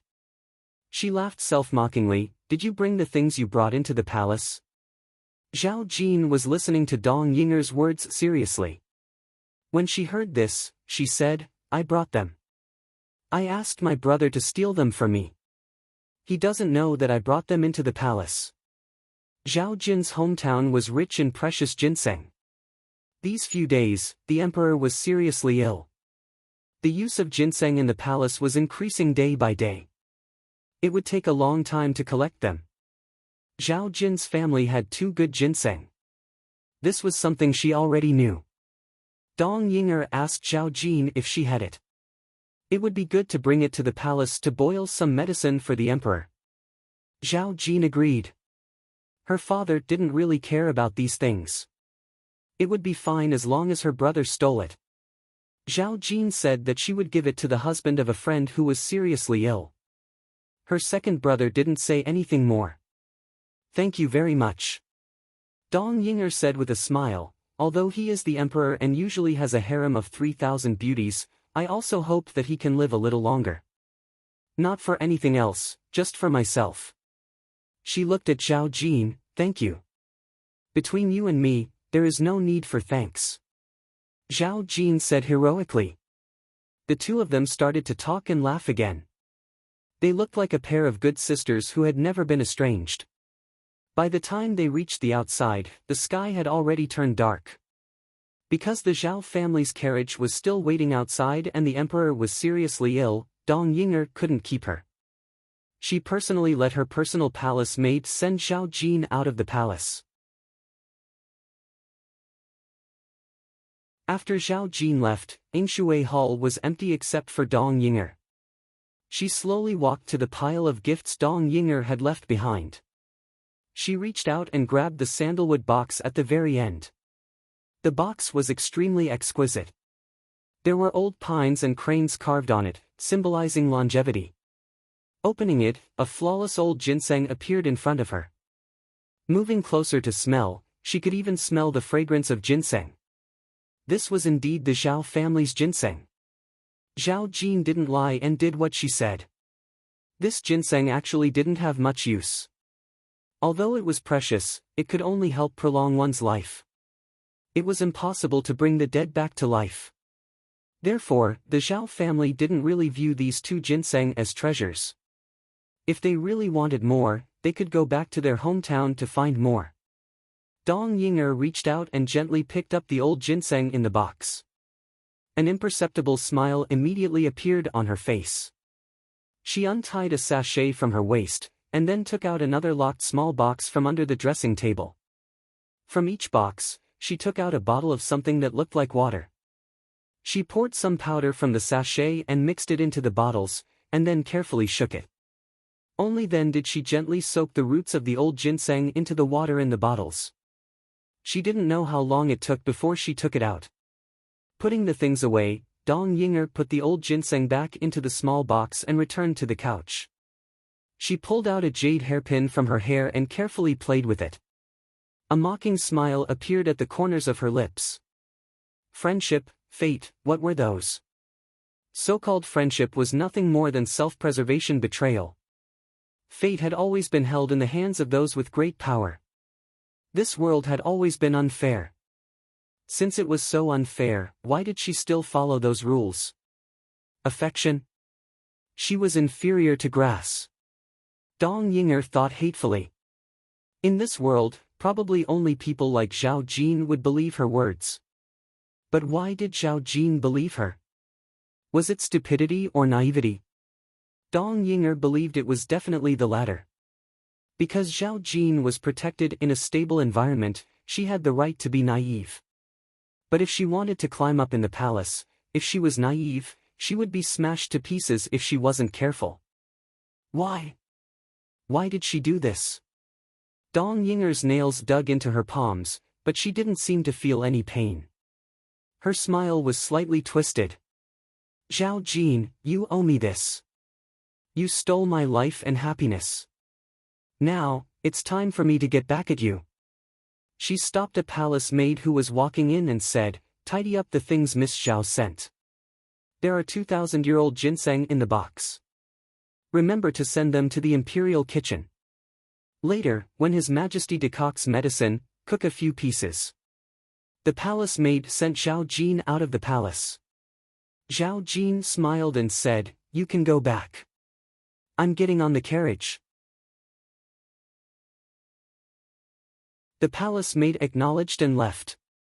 Zhao Jin was about to step into her own carriage when she suddenly heard someone call her name from behind. "Jin, Zhao Jin turned her head and saw Jiang Xing walking towards her. Zhao Jin was somewhat surprised and asked, "Why are you here?" "I came to the palace to discuss a Ruan's matter with the Empress Dowager. I wanted to send some troops out to search." Jiang Xing answered briefly. Seeing her nod, he asked, "Why did you enter the palace?" Asked me to come," Zhao Jin said. Seeing Jiang Xing's somewhat unfamiliar appearance, she took the initiative to add, "Dong Xiu, Dong Yinger." With this said, Jiang Xing understood. Thinking back to that day when he saw Dong Yinger's strange expression, he couldn't help but frown. Why did she ask you to enter the palace? Did she make things difficult for you? No. Zhao Jin quickly waved her hand. After thinking for a moment, she pulled Jiang Xing's arm and walked towards her own carriage. "Come up and talk." Jiang Xing followed Dong Yinger into the carriage. There was a small table in the carriage and Dong Yinger poured a cup of tea for Jiang Xing. At this moment, after sitting in the carriage and taking a closer look, she discovered that Jiang Xing's face was full of exhaustion. The light stubble on his chin had not been cleaned, making him appear somewhat dispirited and distressed. Zhao Jin and Jiang Xing had not seen each other for a long time. Ever since Jiang Ruan had been kidnapped, Jiang Xing had been busy investigating Jiang Ruan's whereabouts every day. Zhao Ji knew that he was very busy, but now it seemed that Jiang Xing was working harder than she had thought. Zhao Jin couldn't help but feel a little distressed. Jiang Xing drank the tea that Zhao Jin handed him in one gulp and wiped his mouth. Zhao Jin asked, "Is there still no news of Ruan Mimi?" Hearing this, Jiang Xing's eyes darkened and he shook his head. Zhao Jin also felt sad. She and Jiang Ruan's relationship could not be said to be bad. After Jiang Ruan's accident, Zhao Jin also asked her brother to mobilize friends to search for her. However, dozens of days had passed, and there was still no news of Jiang Ruan. Zhao Jin was very anxious in her heart. There were some bad rumors that had spread like wildfire, saying that Jiang Ruan might have already met with a mishap. As Jiang Ruan's good friend, Zhao Jin naturally did not believe them. However, what did the delay in news mean? Zhao Jin was also very afraid. How can there be no news at all? Zhao Jin asked. These people could not have run far. On that day, there were guards at the capital's city gates, and we did not see any suspicious people. Since they are in the capital, we have almost turned the entire capital upside down. Why is there still no news? Could it be that these people can fly to the sky or burrow into the earth? How can there be no news of a living person? It must be that those officials did not handle the matter well, that's why they were unable to find them. Zhao Jin was somewhat flustered and exasperated as she threw the blame onto the capital governor. However, Jiang Xing smiled bitterly and shook his head. These people originally had a premeditated plan. Now that they have hidden our Wan so well that no one can find her, it only proves this point. People that even the embroidered uniform guards cannot find are indeed somewhat difficult to deal with. Moreover, it is very likely that these people are from the southern Xinjiang. As Jiang Xing spoke, he could not conceal his worry. One must know that the methods of the people of the southern Xinjiang were the cruelest. What he was most worried about was that those deranged people of the southern Xinjiang would use cruel methods to treat Jiang Ruan. As long as he thought of the torture that Jiang Ruan might suffer, Jiang Xing felt a piercing pain in his heart. He and Jiang Ruan had relied on each other for survival for so many years. He was still Jiang Ruan's big brother, but he could not even protect his little sister. If something really happened to Jiang Ruan, Jiang Xing would never forgive himself for the rest of his life. Xing, I am a little scared. Zhao Jin held Jiang Xing's hand. I feel very uneasy. Even the daughter of a military family had heard of the cruelty of the secret techniques of the people of the southern Xinjiang. So many days had passed, and there was no news of Jiang Ruan. What did this mean? Could it be that she had already met with misfortune? That's what everyone would think. It can't be. Jiang Xing held Zhao Jin's hand instead. His big hand wrapped around Zhao Jin's small hand. His grip was warm and strong. His tone was also low, slow but firm. It can't be. Ruan is very smart and very strong. She will not give up in any adversity. She is my little sister, and I know her better than anyone else. She will definitely think of a way to protect herself and wait for us to save her. Hearing this, Zhao Jin smiled in relief. It seemed that Jiang Xing's words had made her feel a lot more at ease. She did not say anything else and just leaned her head on Jiang Xing's shoulder. Jiang Xing suddenly thought of something and asked, "Why did Dong Yinger want you to enter the palace today?" Zhao Jin was startled. She remembered Dong Yinger's words in the palace, but she felt somewhat awkward facing Jiang Xing. After all, she could not tell Jiang Xing about Dong Yinger's feelings for him. Although there was still some slight discomfort in her heart, Zhao Jin was not a fussy person. It was just that she was not used to lying, so she could only vaguely say, it was just to enter the palace to reminisce about the old days. Your relationship has always been distant. What is there to reminisce about? Jiang Xing hit the nail on the head and pointed out the inconsistencies in Zhao Jin's words. Zhao Jin was a bit embarrassed and said, "Her Majesty's dragon body was not at ease when I came in. She was also anxious and uncertain about her future. There was no one in the palace that she could talk to. In any case, we grew up together. I would not harm her. She probably only trusts me now, so she spoke with me for a while. There was nothing else." Her words were half true and half false, but it was indeed a reason. Hearing this, Jiang Xing was silent for a while. After a long time, he said, "In the future, you should meet less with her. It would be best if you do not meet with her again." Zhao Jin was startled. She wondered why Jiang Xing would say such a thing. She did not know that Jiang Xing had met with Dong Ying'er not long ago, nor did she know that their meeting had caused such a storm. She only thought that Jiang Xing might have seen something, but that should not be the case. Puzzled, she asked, "Why?" "The powers in the palace are complicated." Jiang Xing said, "Your Zhao family is currently in an awkward position. If you get too involved with her, you might accidentally drag your Zhao family into it. At that time, let's see how you will deal with it." Jiang Xing threatened her. He could not tell Zhao Jin that Dong Ying'er was not a good person. Moreover, with Zhao Jin's straightforward temperament, she might not necessarily listen. It would be best to involve the entire Zhao family. Dong Ying'er was the most filial. Even if it was for the Zhao family, the next time she did something, she would have to think twice.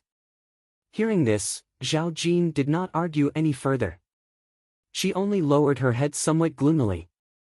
Knowing that it was easy for her to find a dead end every time, Jiang Xing did not try to persuade her. He knew that she would eventually think things through on her own. He merely reached out and rubbed Zhao Jin's head. However, the heaviness in his gaze did not relax in the slightest. Jiang Yuan had always been the problem that he was most worried about. At this moment, Jiang Yuan was in a quiet courtyard, in a certain room. She was lost in thought as she looked at the large white dog lying lazily at her feet. These days, every day, she would ask the mute maid to prepare more food and share it with the dog. This way, she did not need to prepare a separate portion of dog food. The mute maid did not suspect anything and brought out a large portion of food every day. Jiang Yuan alone ate a lot, and the dog also ate a little. However, in the mute maid's eyes, it was only the large white dog that was somewhat gluttonous. In such peaceful days, Jiang Yuan's heart was somewhat anxious. Why was Xianli so slow in making his move? Only by waiting for Xianli to make his move, could the plan be carried out more quickly. Now that she was pregnant, this place was admittedly quiet, but if there was a mishap and she was not careful, she would be discovered. At that time, it would only invite a lot of trouble. And what she wanted to do the most now was not to protect the child in her belly. As she thought this, she only felt a surge of nausea in her throat.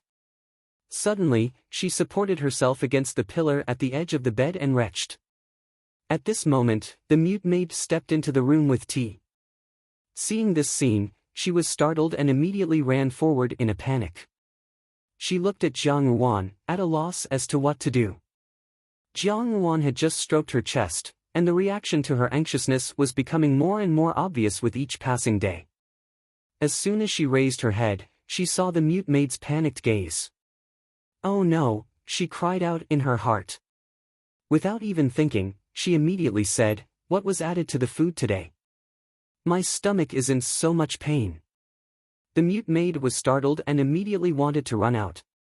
Jiang Yuan said sternly, "Stop."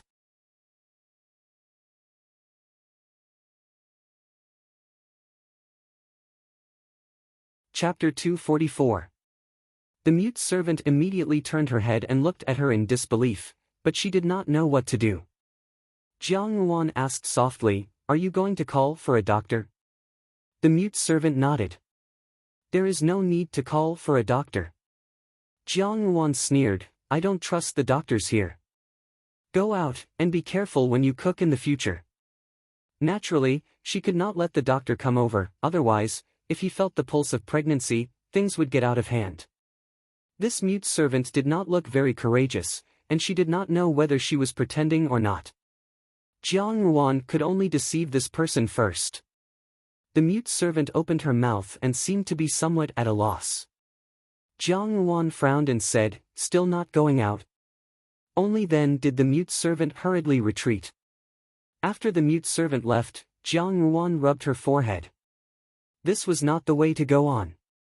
But now, she had no way of knowing what the situation was like outside. These days, she stayed in the house. Although she could not go out, every day when she stood in front of the window or walked in the courtyard, she could still see some clues. The environment here was quiet and secluded, and the traces of people were rarely seen. Every time the food was cooked, it was extremely light. If Jiang Yuan had not ordered the mute servant to specially cook some fish and meat for the dog every day, she was afraid that not even the slightest bit of meat could be seen in the food. This was not a coincidence. Several times at dusk, Jiang Yuan could even hear the faint sound of a bell. She had roughly guessed that this place was very likely to be a temple. Perhaps it was in the mountains, or perhaps it was in the wilderness. In any case, the incense was not strong, and the population was sparse. Hiding herself here was really somewhat daring, but on second thought, it was no wonder that others could not find her. Jiang Yuan did not know how far this place was from the capital, but it was also impossible to escape now. Forcing her way through under the layers of checkpoints was wishful thinking. Moreover, it was really not a good idea to leave before the matter was completed. When would Xianli make his move? Only when Xianli took that step, the rest of the matter could be carried out smoothly. Jiang Yuan reached out and picked up a small file at the side, and lightly made a cut on the head of the bed. There were already many small lines that had been cut in a disorderly manner. It was precisely the day she came here. Now that dozens of days had passed, Xianli should be starting to make his move. That night, the sunny weather that had lasted for several days suddenly changed. In the evening, a strong wind suddenly blew, and dark clouds pressed down. In just a moment, bean-sized raindrops fell from the sky. The pedestrians hurriedly took shelter from the rain. It was as if the spring scenery of the past few days had suddenly reversed. At night, the wind and rain became even more miserable, and it was extraordinarily cold. The main hall of the palace was very lonely. The burning sandalwood incense slowly emitted green smoke. The palace servants seemed to be used to such a dull atmosphere. They sat silently and minded their own business. In the emperor's bedroom, a man lay on the bed on the huge dragon wound. No matter how luxuriously dressed he was, he couldn't hide the look of death on his face. A pair of hands picked up a handkerchief at the side and carefully wiped the sweat that did not appear on the emperor's forehead. Her hands were slender and white, and her nails were painted with bright nail polish. She was beautiful and young. At first glance, she reminded people of flowers in spring. There was a kind of tenderness that almost dripped water. The only difference was that the emperor's face was already gray. It was as if only skin and flesh were stuck to the skeleton. He looked very old and haggard. Beauty and ugliness, youth and old age, formed a sharp contrast at this moment. There was an indescribable sense of beauty. The woman's face was like a peach blossom. She raised her little finger and pinched the handkerchief back into her hand. She observed the person on the bed with great interest. Her expression was serious, as if she was watching something interesting. After a while, the woman tilted her head and laughed. She said unhurriedly, "Your Majesty, you are really in a sorry state." This person was none other than Dong Yinger. The palace servants guarding outside had already retreated to one side, leaving only Xiao Chen. No, it should be the current Chen Gonggang. Hearing Dong Yinger's words, Chen Gonggang did not show any special expression. He just stood quietly in the room, as if he did not exist. Dong Yinger propped up her cheek with one hand and looked closely at the emperor on the dragon bed. This man was the master of the world who was above tens of thousands and below one person. He could control a person's life and death with one sentence. When she had entered the palace because of this man, she had seen this man's majestic and unstoppable appearance. But so what if he was the son of heaven? Even now, he was still lying on the bed like a dead dog, unable to move and at the mercy of others. Even for her, she could easily kill all the masters in the world. A day together means 100 days of love. Thinking about it now, I really cannot bear to act, Dong Yinger said with a smile. Nyang Nyang, please hurry, Chen Gonggang said expressionlessly. I still have to return and explain to master. Hearing this, a hint of disgust flashed through Dong Yinger's eyes. She suddenly smiled and said, Chen Gonggang is impatient. There is no need to be impatient. At the very least, you will not have come for nothing. After she finished speaking, she took out a small bottle from her sleeve. She opened the cork and placed it under the tip of the emperor's nose. The emperor's body moved. After a long time, he slowly opened his eyes. Your Majesty is awake. Dong Yinger asked softly. The emperor was startled for a moment. His expression suddenly became somewhat sinister. He looked at Dong Yinger and shouted, You harmed me. Although he did his best to express his anger, his throat seemed to be blocked by something. He could only make out a hoarse and muddy sound. If one did not listen carefully, it was impossible to hear what he was saying. Dong Yinger smiled and leaned close to the emperor. She seemed to be carefully listening to the emperor's words. Hearing this, she said, Your Majesty, you have wronged me. It is not I who wants to harm you. It is your good son. She purposely did not say which son it was. A trace of anger rose on the emperor's face.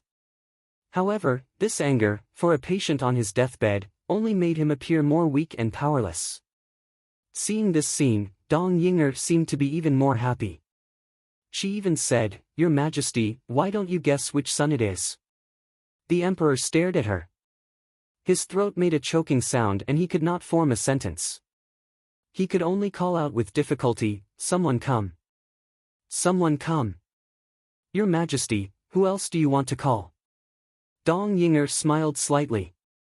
Your Majesty has been bedridden for so long. I'm afraid you don't know what your current situation is. Every day, it is I who personally takes care of your Majesty. No one else can do it for me. Every day, I do my best to take care of your Majesty. Yet, your Majesty still wants to call for someone else. It really makes me very sad. Which? The emperor could only utter a few simple words. I am a witch? Then so be it. It is just that your Majesty looks even worse than me, a witch. Dong Yinger's hands touched the emperor's cheeks. Your Majesty's eyes seem to be thinking of someone to help. Who is it? Is it Eunuch Li? Your Majesty probably does not know, but a few days after your Majesty fell ill, Eunuch Li committed suicide because of his worry. TSK, he threw himself into the dry well. When he was fished out, he was already unrecognizable. Dong Yinger's tone was light. The emperor's eyes suddenly widened. He looked at her and said shakily, It was you, I already said it wasn't me. Dong Yinger grumbled. How could I have such great ability? In this world, the only one with such great ability is naturally your Majesty's good son. Does your Majesty know which son it is? The emperor did not speak. He only glared at Dong Yinger. His gaze was too frightening. If not for the fact that he was currently bedridden and weak, it looked as if he would have skinned Dong Yinger alive. He was like a goldfish on the verge of death. His eyeballs almost fell out of his eye sockets. If your Majesty does not want to hear, then I won't say. I am very understanding. Dong Yinger giggled. Then, she said to Eunuch Chen, Go bring the medicine over. This is His Majesty's last bowl of medicine. I have to personally help him drink it. Hearing this, the emperor's facial muscles twitched. Then, he said in a hoarse voice, Do. What? Of course, I have to feed your Majesty the medicine. Dong Yinger pretended to be surprised. I have remembered our little relationship as husband and wife with your majesty. So, today, I had your majesty wake up for a while. After you drink the medicine, your majesty will be free. Great Master Huiju said it well. There are many sufferings in the world, love and hate. Only by leaving the mortal world can one reach a great realm. I wholeheartedly think for your majesty. Is your majesty going to reward me with some trinkets? Her words were very interesting. It was as if she was acting coquettishly with her lover. However, her words were filled with undisguised murderous intent. Regicide. The emperor struggled to sit up. He roared with all his might, impudent. Someone come. However, his voice was very soft and could not reach the outside. His body could not move. How could he do anything?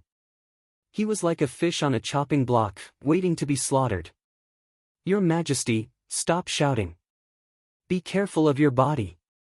This is not good. The Empress Dowager has already gone to rest. It is already late. I have always been the one to take care of your Majesty. Today, since our fate is about to end, I will make things clear so that your Majesty will not have any more worries. She looked into the Emperor's eyes and said word by word, Your Highness has long received your Majesty's imperial edict. Naturally, it has been destroyed. Therefore, your Majesty's intentions may not be fulfilled. However, your Highness also asks your Majesty not to worry. He will properly sit in that position and properly govern the great Jin dynasty. Your Majesty can be at ease. When the Emperor heard the word imperial edict in Dong Yinger's words, his expression suddenly changed. He then said angrily, Unfilial son. Unfilial son. This is how it is to be in the imperial family. Your Majesty need not worry. Dong Yinger seemed to breathe a sigh of relief. Then, Your Majesty, there is no need to say anything else. It is late at night and the dew is heavy. Your Majesty should rest early. Saying so, she nodded to the other side. Eunuch Chen came forward with a bowl of medicine. Dong Yinger took the bowl from Eunuch Chen's hands and carefully scooped some medicine into her mouth with a spoon to cool it. She then fed it to the Emperor. How could the Emperor drink it? He only looked at the bowl of medicine with anger and despair. A person's desire to live had always been strong. The Emperor used all his strength to tilt his head and the medicine in the spoon spilled all over the pillow. Dong Yinger sighed softly as if she had a headache. She sighed, Your Majesty is really like a child. How can you be so noisy when taking medicine? As she said this, she smiled at Eunuch Chen. Eunuch Chen, please come and help. The Emperor had seen this unfamiliar chief steward long ago. Eunuch Li had followed him for many years. There was a bond between master and servant. Now that this unfamiliar eunuch could replace Eunuch Li's position, he had most likely played a part in the attack on Eunuch Li. Thus, at this moment, the inside and outside of the bedchamber were completely different people. None of them were his people. He looked at Dong Yinger. This woman was used to acting meek. It was not that he did not know what she was thinking, but he did not expect her to be so daring. She even dared to do something like killing the Emperor. How foolish! Did she think that after killing him, she would be able to escape unscathed? Eunuch Chen called out and walked to the Emperor's side. He was very strong. At this moment, the Emperor was already weak and powerless. He almost effortlessly lifted the Emperor up. The Emperor could not move. Dong Yinger smiled and once again fed the medicine into the Emperor's mouth, spoonful by spoonful. Unable to move, his entire body was restrained. This was the first time the Emperor had tasted such a feeling. He closed his eyes. He knew the condition of his body better than anyone else. Even without this bowl of medicine, he wouldn't have been able to hold on for long. This bowl of medicine had only brought forward that day, and he couldn't avoid this ending. Fortunately, things had not reached the worst stage. The path he had laid out earlier had finally been put to use. Even if he died, at least it would not be in vain. Dong Yinger watched as the Emperor closed his eyes. She did not seem to find it troublesome. Her voice was moving. After your majesty drinks this medicine, you do not need to worry about being lonely in the future. I know that your majesty loves Joey the most, so not long after, I will send Joey with you to accompany your majesty. The emperor suddenly opened his eyes and looked at Dong Yinger. He did not say anything. However, his gaze was like the last anger and gloom of a dying person. It wrapped around Dong Yinger, making her feel a bit guilty. She was brave and abruptly smiled. Joey Mu will also be very happy. After saying this, she fed the medicine into the emperor's mouth even faster. Even the medicinal juice began to flow from the corner of the emperor's mouth. Her actions became more ruthless and carried a glimmer of vengeance. Spoonful by spoonful, the medicine was fed into the emperor's mouth. It was a fatal medicine. His life was slipping away bit by bit. By the end, the emperor had already stopped breathing. However, Dong Yinger was still very serious. Bit by bit, she fed the last spoonful to the emperor's mouth.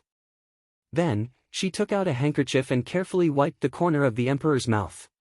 She sent him back to his original position to lie down and covered him with the blanket. She was like the most virtuous wife serving her husband.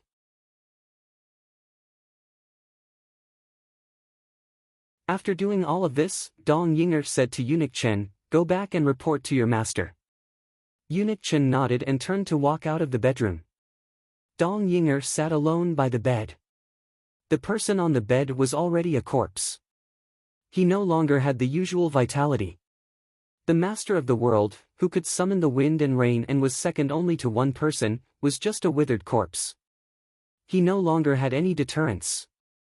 However, the expression on Dong Yinger's face was not as calm as before. Her hands were still trembling slightly. However, in just a moment, the panic in her eyes disappeared and was replaced by a deep sense of ruthlessness. She looked at the person on the bed and said in a low voice, "So what if he is the master of the world? He is just as lamentable. In that case, let's go to hell together." She sat by the bed like a statue for a long time. Until the oil lamp was about to burn out, there was a little eunuch's voice outside. Dong Yinger slowly raised her eyes and looked at the hourglass that was placed on a high shelf as a tribute from the West. A strange smile appeared on her face. The next moment, her expression changed and a panicked voice came out of her mouth. "Not good. Something has happened to His Majesty." The emperor's condition suddenly worsened. The imperial physicians of the imperial hospital couldn't save the situation even if they went all out. When the imperial physicians arrived, the person on the bed had lost all vitality. In fact, this was something that every imperial physician had expected. When Xia Qing, the holy hand of Jinling, personally treated the emperor, she said that medicine was ineffective. Since medicine was ineffective, he was just hanging on to life in vain. There would be a day when the oil lamp would run out, but they didn't expect that day to come so soon. All the imperial physicians gathered together, and there was a sense of crisis before the storm. It was night, and the emperor's bedroom was brightly lit. When dawn broke in the east, the first ray of sunlight broke through the heavy palace walls and shone into the gloomy and dark palace. A eunuch wearing a robe dragged out a long and shrill voice. "His Majesty has passed away." The morning voice shook the sky, and the whole court wailed. The eighth prince, who had rushed over after hearing the news, stood in front of the emperor's bed with a sad face and couldn't help crying. He seemed to be very sad, but he had to endure this sadness and couldn't lose his composure. In the eyes of others, he did look like a filial son. Eunuch Chen stood behind him with his head bowed, and his expression was sorrowful. Xianli looked at the emperor's face, but in his mind, he thought of what Eunuch Chen had said to him. The emperor's reaction to Dong Yinger's probing words before his death was indeed not different from what the others had expected. It seemed that the emperor had really written another imperial edict. Now that the imperial edict was in his hands, he naturally had no worries. In the future, he just had to wait for this storm to pass, find Shiman, and completely tear up the imperial edict. In this world, he would be the rightful heir. As Xianli thought this, he suddenly felt a gaze fall on him. He followed the gaze and found Xian Pei looking coldly at him. There was no sorrow on Xian Pei's face. Instead, he was very calm. And in his gaze when he looked at Xianli, there was a kind of understanding, as if he already knew how all of this had happened. Xianli himself didn't know. Xian Pei was only a teenager, so how could he have such a terrifying gaze? It was as if he could see into a person's heart with a glance, and no thoughts could be hidden from those eyes. He froze for a moment, then looked away. The corners of his lips twitched slightly. No matter how terrifying he was still at a disadvantage in this situation. His life could end here. Since the emperor had already passed away, it was naturally his turn next. Among the mournful people in the room, other than Xian Pei, there was another person with an extremely indifferent expression. It was Mu Shiro. Her pretty face was as cold as ice and she didn't show any special expression. However, Mu Shiro's personality had always been this cold, so the others didn't find it strange. However, standing next to Mu Shiro, Dong Yinger seemed especially pitiful. Dong Yinger's eyes were red from crying, her hair was a little messy, and her face was haggard. It was as if she didn't care what she looked like at all. Everyone in the palace knew that Dong Yinger was a person who valued friendship. After the emperor fell ill, Dong Yinger had always been the one to take care of him. She never felt bored and did it better than anyone else. Now that the emperor had died, she looked extremely sad. Compared to the expressionless Mu Shiro, it was enough to make people sigh in their hearts. Empress Dowager Ida sat in the same place with a heavy expression. The people around her came and went, but her expression didn't relax in the slightest. She had always known better than anyone else why things had come to this point. But occasionally, there would be a trace of sorrow in her eyes. At this moment, Xia Qing, who had been examining the emperor's body for the last time, stood up with a medicine box on his back. His expression was solemn. Although there were many important ministers standing at the moment, he had always been a straightforward person and didn't think of avoiding anything. Instead, he directly said, reporting to the Empress Dowager, "His Majesty is not a lamp that has run out of oil. There is something strange inside." When Empress Dowager Ida heard this, she immediately shouted, "Xia Qing, do you know what you are saying in front of Ijia? This commoner doesn't dare to deceive the Empress Dowager."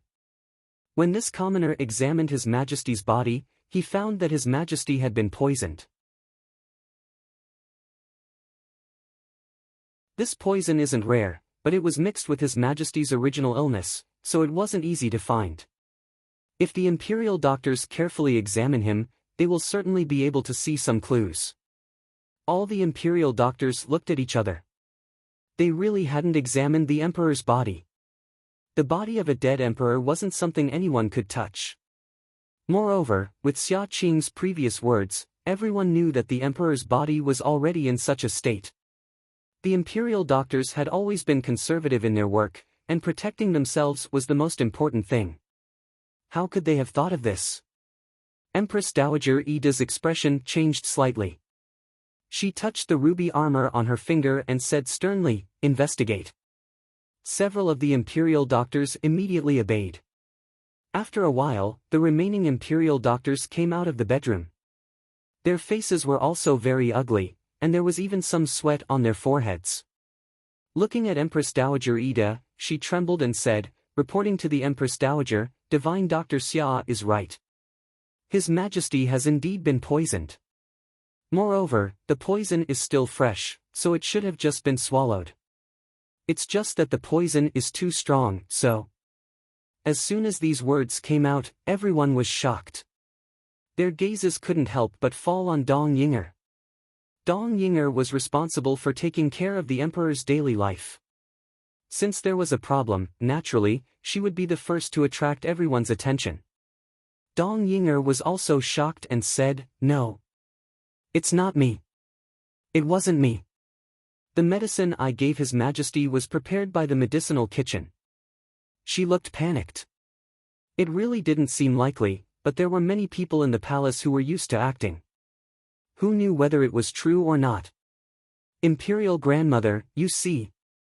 Xianli stepped forward, his expression mournful with just the right amount of anger. Imperial father was actually killed by this person. This person is guilty of a heinous crime. He must be found and will not be tolerated. Empress Dowager Ida didn't speak. Her gaze paused on Xian Pei for a moment. Xian Pei's expression was very calm. Empress Dowager Ida slowly withdrew her hand that was stroking the armor. She lightly said, "Investigate, thoroughly investigate the entire palace." The moment dawn broke, Xiao Xiao stood in front of the window with his hands clasped behind his back.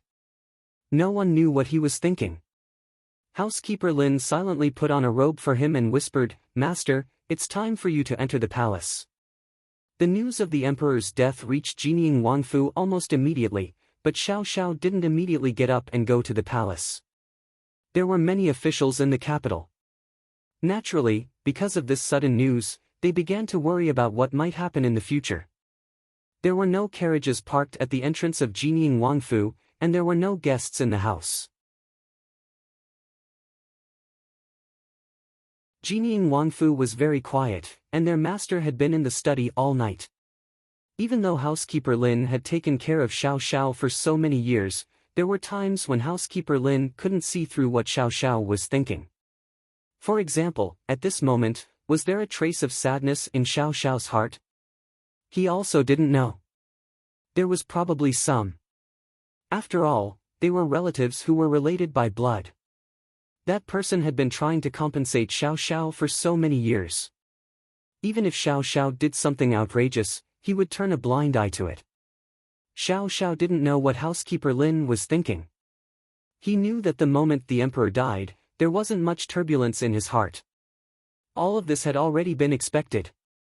The emperor was just a stranger to him. As for the former crown prince Hongxi and Xiang Xiaoyuan, Xiao Xiao had never seen them. But as for the old Jinying Wang couple, Xiao Xiao had been raised by them since he was a child. Naturally, he had a familial affection. All of this had been destroyed by the emperor. Speaking of which, he should hate him.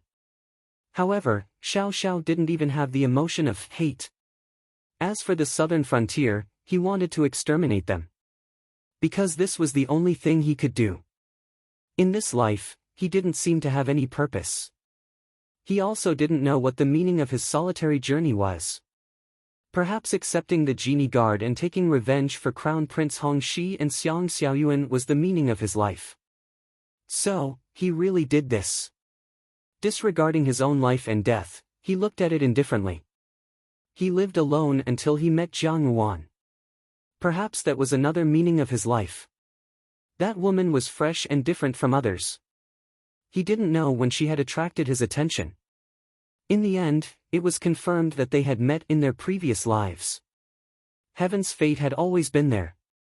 Perhaps it was a pity that they had missed each other in their previous lives, so Jiang Yuan was given a chance to start over. He didn't want Jiang Yuan to repeat the same mistakes, so he wanted to use his whole life to protect this woman. And now, everything that Jiang Yuan had done was based on the fact that she had predicted everything that would happen today. Xiao Xiao's heart was very calm. There wasn't even a trace of fluctuation in his gaze, and there was no warmth on his face. Xian Li is about to make his move. Xiao Xiao suddenly said. This abrupt sentence made housekeeper Lin jump in fright. He looked at his master in confusion. Xiao Xiao was admittedly cold and cheerless, but what did he mean by saying something that had nothing to do with the emperor's death? It will be done very soon. Very soon, he would be able to pick up Jiang Yuan.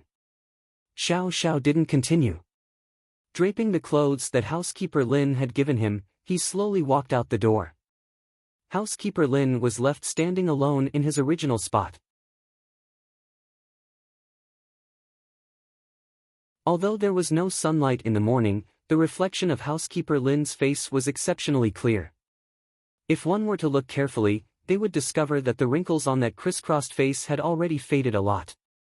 A person's appearance could change, but when the white hair that was proof of age quietly turned black and the wrinkles gradually faded, youth made the entire face look like a completely different person. Housekeeper Lin, who was wearing an unfamiliar face, was stunned for a moment. He also smiled and shook his head. Suddenly, he sighed and said, "The old general has made his move, the old general has made his move. It's finally this distinguished and elegant old general's turn." The news of the emperor's death spread like wildfire throughout the entire capital. The common people were anxious and uneasy. At the beginning of spring, the true dragon of the great Jin dynasty, the son of heaven, had returned, leaving behind an undecided candidate to be the heir apparent. The civil and military officials each had their own plans. They were betting their entire net worth on an unknown future.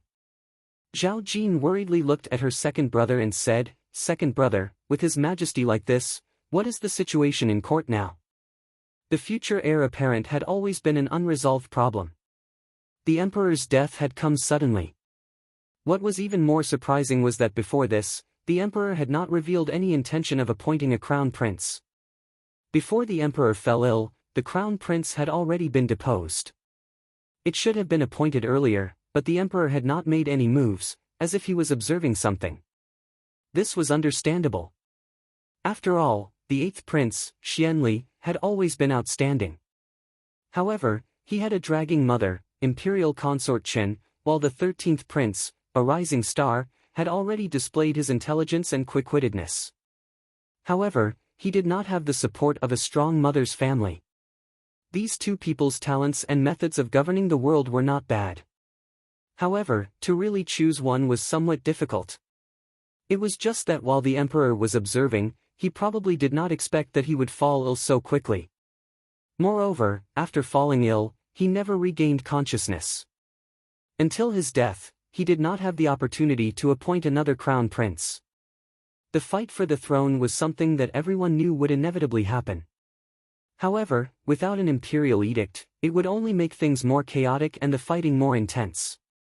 How can you and I guess His Majesty's thoughts at will? Second brother Zhao interrupted his younger sister's words. Do not say these words outside to avoid attracting trouble. Recently, the capital has been very chaotic. Yes, elder brother Zhao heard this and walked over, nodding Zhao Jin's head. You have a straightforward personality and do not know the strangeness of this. I think it is best for everyone to obediently stay in the Fu these days to avoid trouble. Zhao Jin pushed his hand away.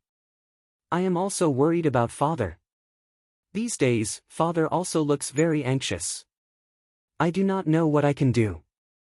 His Majesty's death came too suddenly. What will the situation in the capital be like in the future, who can say for sure? Zhao Jin, who had always been optimistic, also felt a trace of worry at this moment. A group of dragons without a head, would the court without the emperor really be good? After all, Empress Dowager Ida was old. Even if she came out to preside over the situation, she would not be able to suppress it. In the end, it was still very worrying. You're tuning into the Passion Pages YouTube channel. We're so grateful for your support and don't forget to subscribe to join us on this incredible journey through captivating stories. Your generosity through donations truly makes a world of difference, as it's the primary source of revenue that allows me to expand and enhance this channel for you. Thank you from the bottom of my heart for being a part of this adventure.